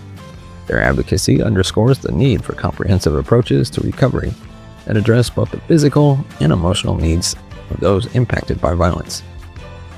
The Unabomber case also catalyzed a shift in public awareness regarding the safety of mail handling and the potential signs of suspicious packages. Post-trial educational campaigns and training seminars were enhanced for postal workers, law enforcement, and even the general public, which included information on identifying and safely reporting potential mail threats. Moreover, the extensive media coverage of the victims' stories helped sensitize the public to the deep and varied impacts of ideological extremism. As society continues to wrestle with the rise of lone wolf attacks and technology-facilitated radicalization, the lessons from the Unabomber's victims remain relevant, reminding us of the human cost of such acts and the resilience needed to overcome them. The Unabomber's case catalyzed significant changes in how law enforcement and legislative bodies address domestic terrorism, particularly concerning lone wolf attackers. The investigation's challenges stemming from Kaczynski's solitary operations and sophisticated evasion tactics exposed gaps in existing protocols that spurred legal reforms. There's now enhanced interagency collaboration between federal agencies like the FBI, ATF, and even local police. Kaczynski's case led to tightening of laws related to homemade explosives and the mailing of hazardous materials. Congress reviewed and revised these regulations concerning the sale and tracking of bomb-making materials, making it harder for individuals to acquire components anonymously. And there's been mail surveillance enhancements. Given that Kaczynski used the postal system to deploy bombs, there was a significant overhaul in mail screening processes. Detection technologies were upgraded, and the U.S. Postal Inspection Service implemented more rigorous training for postal workers to identify suspicious packages. These changes not only aim to catch dangerous parcels before they reach their destinations, but also to protect postal employees and the general public from potential harm. The Unabomber's campaign had a profound impact on public consciousness regarding the threats posed by ideologically motivated violence and the role of technology in enabling such extremism.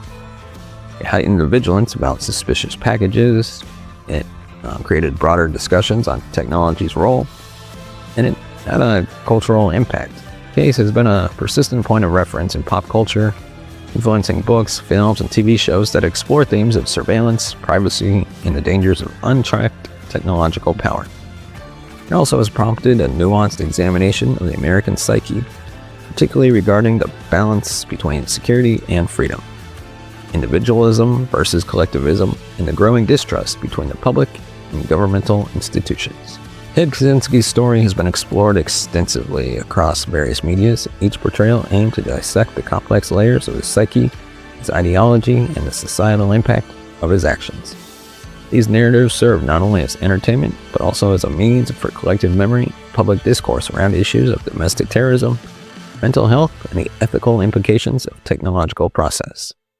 So, of course, we have books and scholarly analysis, plenty of documentaries and true crime shows. dramatized series and films like Manhunt, Unabomber, and much, much more. Ted Kaczynski, known to the world as the Unabomber, remains an indelible figure who compelled America to confront deeply unsettling questions about radical beliefs, nature of violence, and the ethical boundaries of resistance. His campaign of terror, underpinned by a fervently anti-technology manifesto, challenged the nation to reflect on the consequences of technological advancements and the limits of personal freedom. While his incarceration effectively ended the immediate threat he posed, the ideological dialogues he ignited about technology, governance, and the rights of the individual continue to resonate. Kaczynski's actions and writings, however controversial, still provoke debate and analysis, underscoring ongoing concerns about the role of technology in shaping societal values and behaviors. And that is all we have for this episode. Let me know your thoughts on the Unabomber in the comment section below. Is there something we got wrong? Something we should have included? Let us know. And of course, give us a thumbs up if you like our video. Hit that subscribe button down below. Hit the bell notification button to be notified of future videos. And if you want to support the channel, then buy us a coffee at buymeacoffee.com/TCNS. As always, thank you so much for watching and listening. We will see you next time.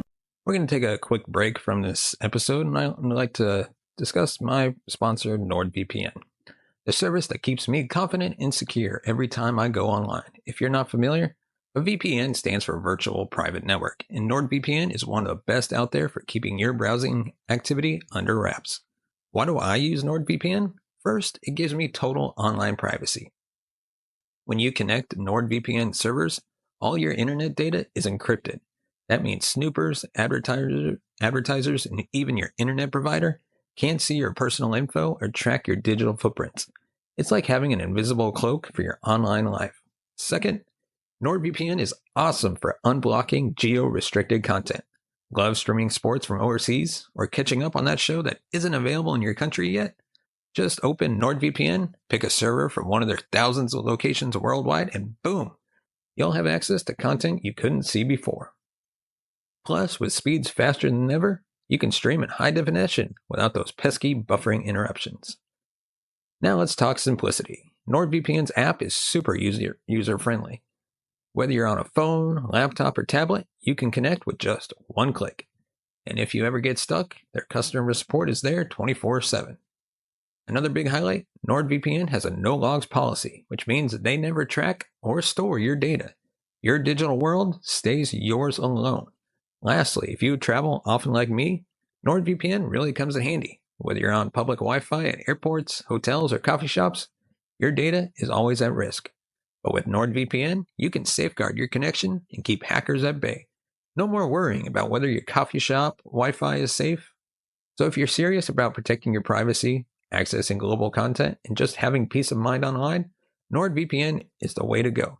Give it a try, and I promise you'll wonder why you waited so long. Hit the link in the description to learn more and grab a special deal. Stay safe out there. Happy browsing with NordVPN. Now let's get back to the rest of our episode. From altering the nation's outlook on domestic terrorism to influencing anti-technology movements and shifting FBI tactics, the Unabomber's legacy continues to provoke debate and fear. But what specific changes did his actions spur in mail security? How did his infamous manifesto challenge our perceptions of progress and privacy? And how has his dark vision been immortalized in pulp culture? Tonight, we're going to answer these pressing questions. We'll explore how Ted Kaczynski's deliberate and ideologically driven violence turned public attention towards the threats posed by lone wolf perpetrators. We'll examine the sweeping changes in security measures, like the drastic overhaul of mail screening processes and the heightened vigilance against suspicious packages.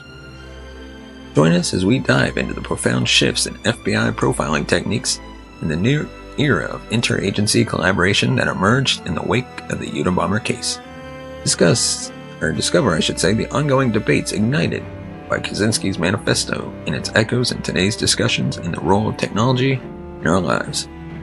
As we unpack the legacy of one of America's most notorious criminals, we invite you to reflect on the unsettling questions his story raises about modern society's reliance on technology. What lessons can we learn from this dark chapter in history, and how can we navigate the ethical minefields it has laid before us? Stay with us as we trace the Unabomber's chilling impact on America and consider how his shadow looms over our technological future. This is not just history, it's a warning. Ted Kaczynski's role as a Unabomber fundamentally altered the American perception of domestic terrorism by introducing us to the archetype of the lone wolf terrorist. Prior to Kaczynski, the general understanding and media portrayal of terrorism were predominantly linked to groups with hierarchical structures and clear political motives, such as militias, separatist groups, etc., etc., etc.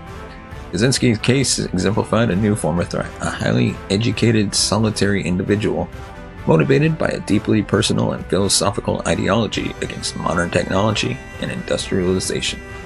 This shift was significant for several reasons. First off, individual capabilities.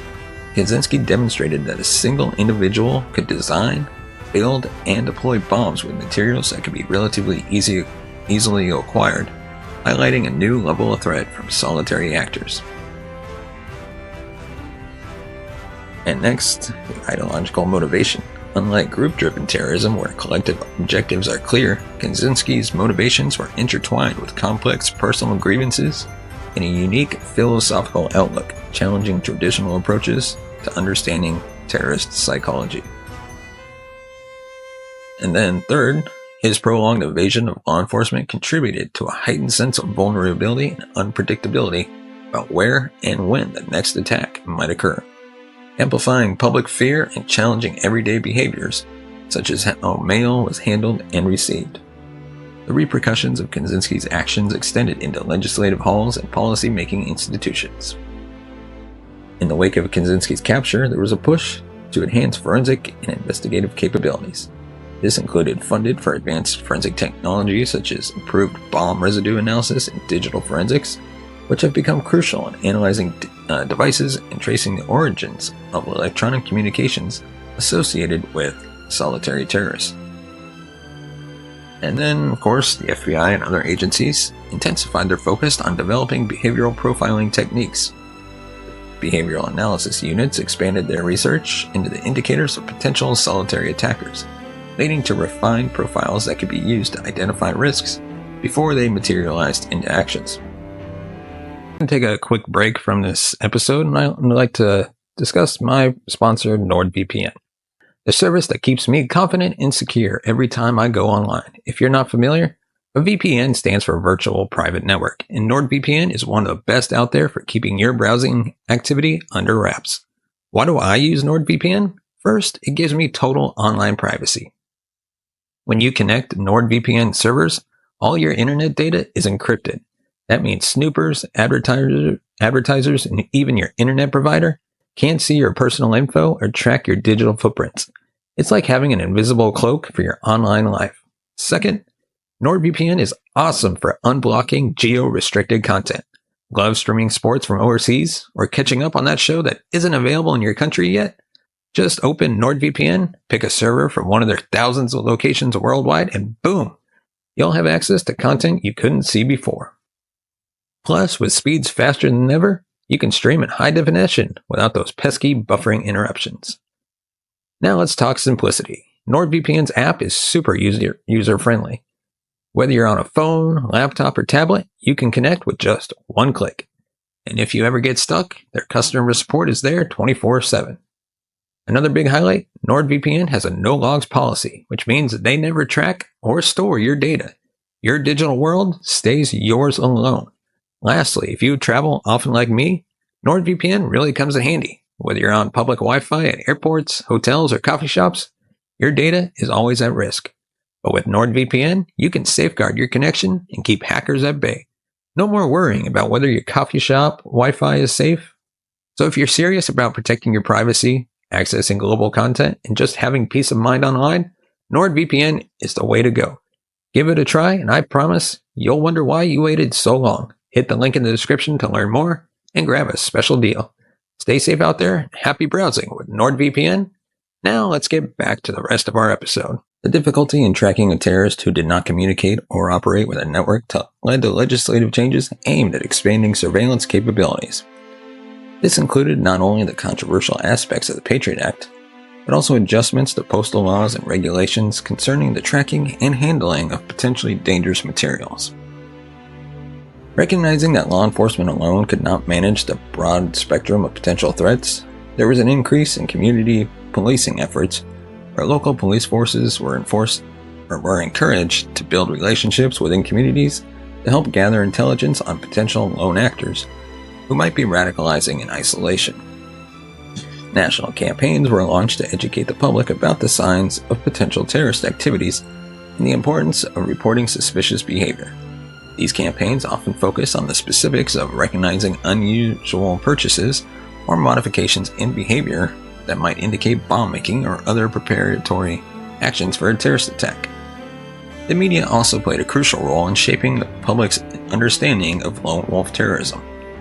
Extensive media coverage of the Unabomber's trial and the publication of his manifesto brought his anti-technological philosophy to a wider audience, inadvertently spreading his ideological message, but also alerting the public to the nuances of ideologically motivated solitary actors.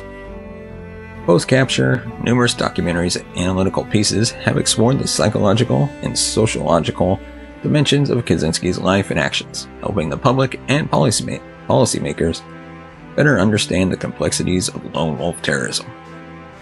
The long-term impact of Ted Kaczynski on the perception of domestic terrorism in the United States is profound.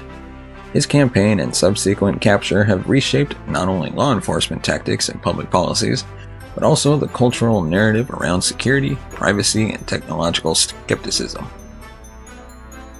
His legacy is a stark reminder of the ongoing challenges that lone actors pose to national security, the continuous need for adaptive strategies in law enforcement and public engagement.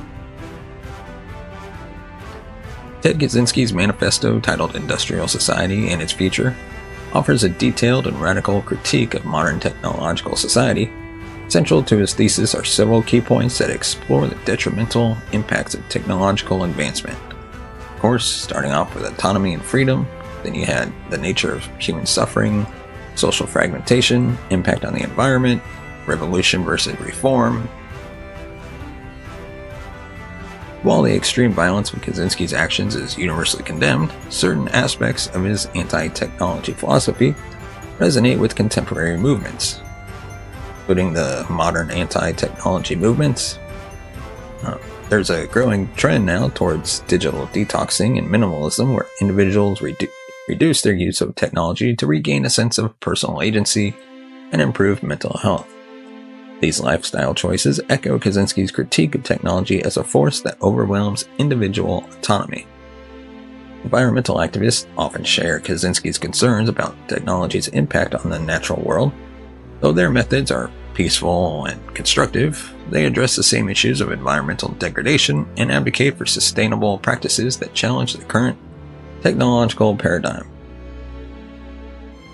In the digital age, concerns about data privacy and surveillance have intensified. Critics of modern surveillance practices draw upon arguments similar to those found in Kaczynski's manifesto, particularly regarding how technologies can be used to manipulate and control populations. Following the Unabomber's terror campaign, a comprehensive overhaul of mail security processes was implemented across the United States, fundamentally altering how parcels and letters are handled and screened. These changes aim to prevent similar threats and enhance the detection capabilities of potential hazards within the postal system.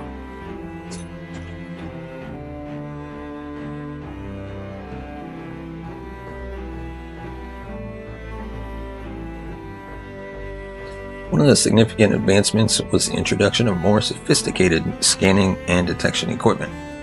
This technology included X-ray machines capable of detecting metallic and non-metallic objects within packages, chemical sniffers to identify explosive materials, and advanced imaging technology to provide detailed views of a package's contents without opening it. Alongside technological upgrades, procedural changes were widely adopted to tighten security. These include rigorous training programs for postal workers, focusing on the identification of suspicious packages based on a set of established criteria, such as irregular shapes, strange odors, or excessive postage. Handling protocols were also revised to ensure that any suspicious packages are isolated, reported, and handled by bomb disposal experts. The impact of Kaczynski's bombings extended beyond the postal system, leading to increased security measures across various public spaces and transportation hubs. Airports, train stations, and bus terminals saw enhanced security protocols, including more thorough baggage checks and the deployment of additional surveillance cameras. Behavioral detection officers were introduced at many airports, trained to spot signs of nervousness or discomfort that might indicate suspicious intentions. Security measures in public spaces, such as government buildings, museums, sport arenas, were also amplified. This involved the installation of more comprehensive surveillance systems, increased patrols by security personnel, public awareness campaigns educating citizens on how to recognize and report suspicious behavior. Awareness programs became a staple in community and workplace settings, teaching individuals how to notice and react responsibly to suspicious activities. These programs were designed to empower civilians to act as a first line of defense against potential threats, promoting a culture of vigilance and preparedness.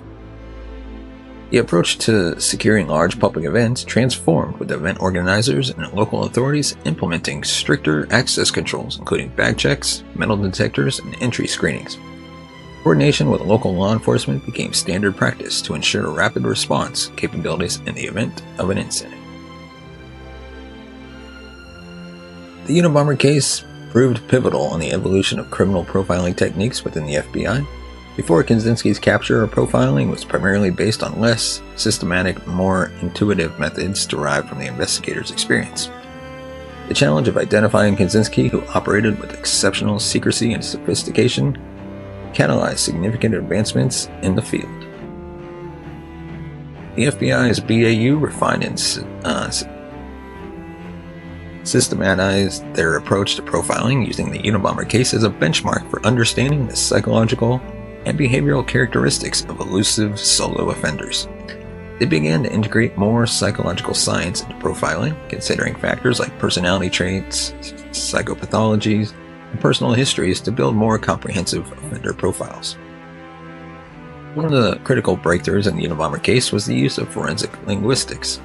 By analyzing the language and phrasing of Kaczynski's manifesto and comparing it with other writings, investigators were able to link him to the documents conclusively.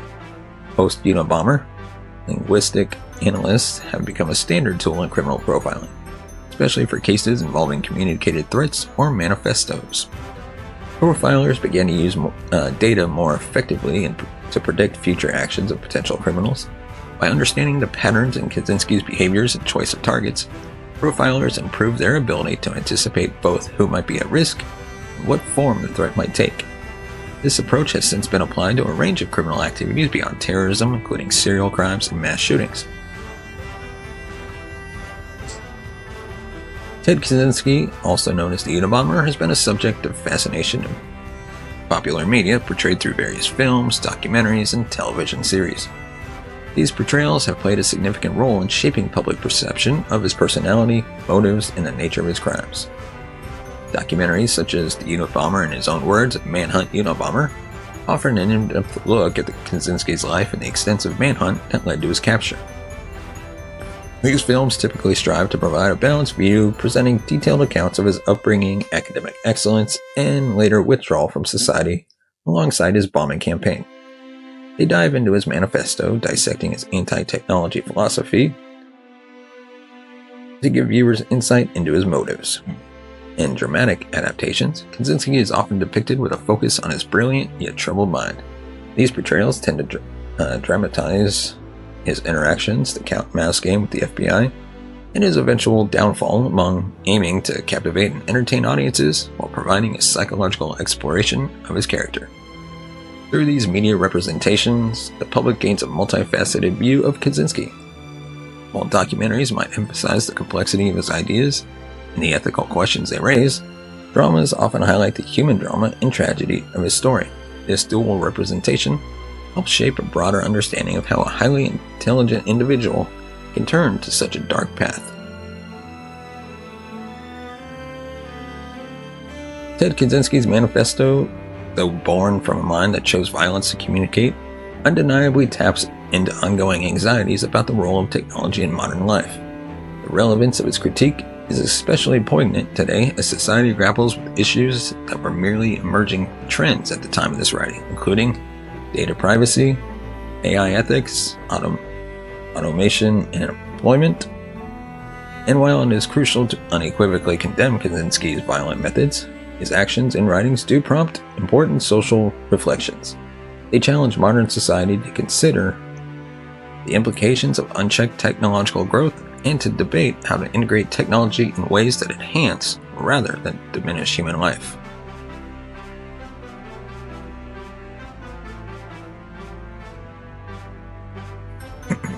Excuse me. As society continues to advance technologically, it must also grapple with the ethical considerations these advancements entail, ensuring that technology serves to enhance human welfare without infringing on rights or dignity. We got to understand the ethics in technological development, transparency and accountability, inclusive decision making, of course, balancing innovation with precaution. And with that, that is our final episode of the Unabomber Chronicles. Let me know your thoughts on the Unabomber in the comments section below. What did you think about this season? Should I do another one? And let me know what case you want me to dive into and expand on for each episode. It could be a case, it could be a serial killer, it could be a missing person, anything. Let me know in the comments section below. Of course, if you like our content, give us a thumbs up. Hit that subscribe button down below. Hit the bell notification button to be notified of future videos. And of course, if you want to support the channel, you can buy us a coffee at buymeacoffee.com/TCNS. As always, your support helps the channel grow, and it goes right back into the channel. And with that, thank you so much for watching and listening. We'll see you next time.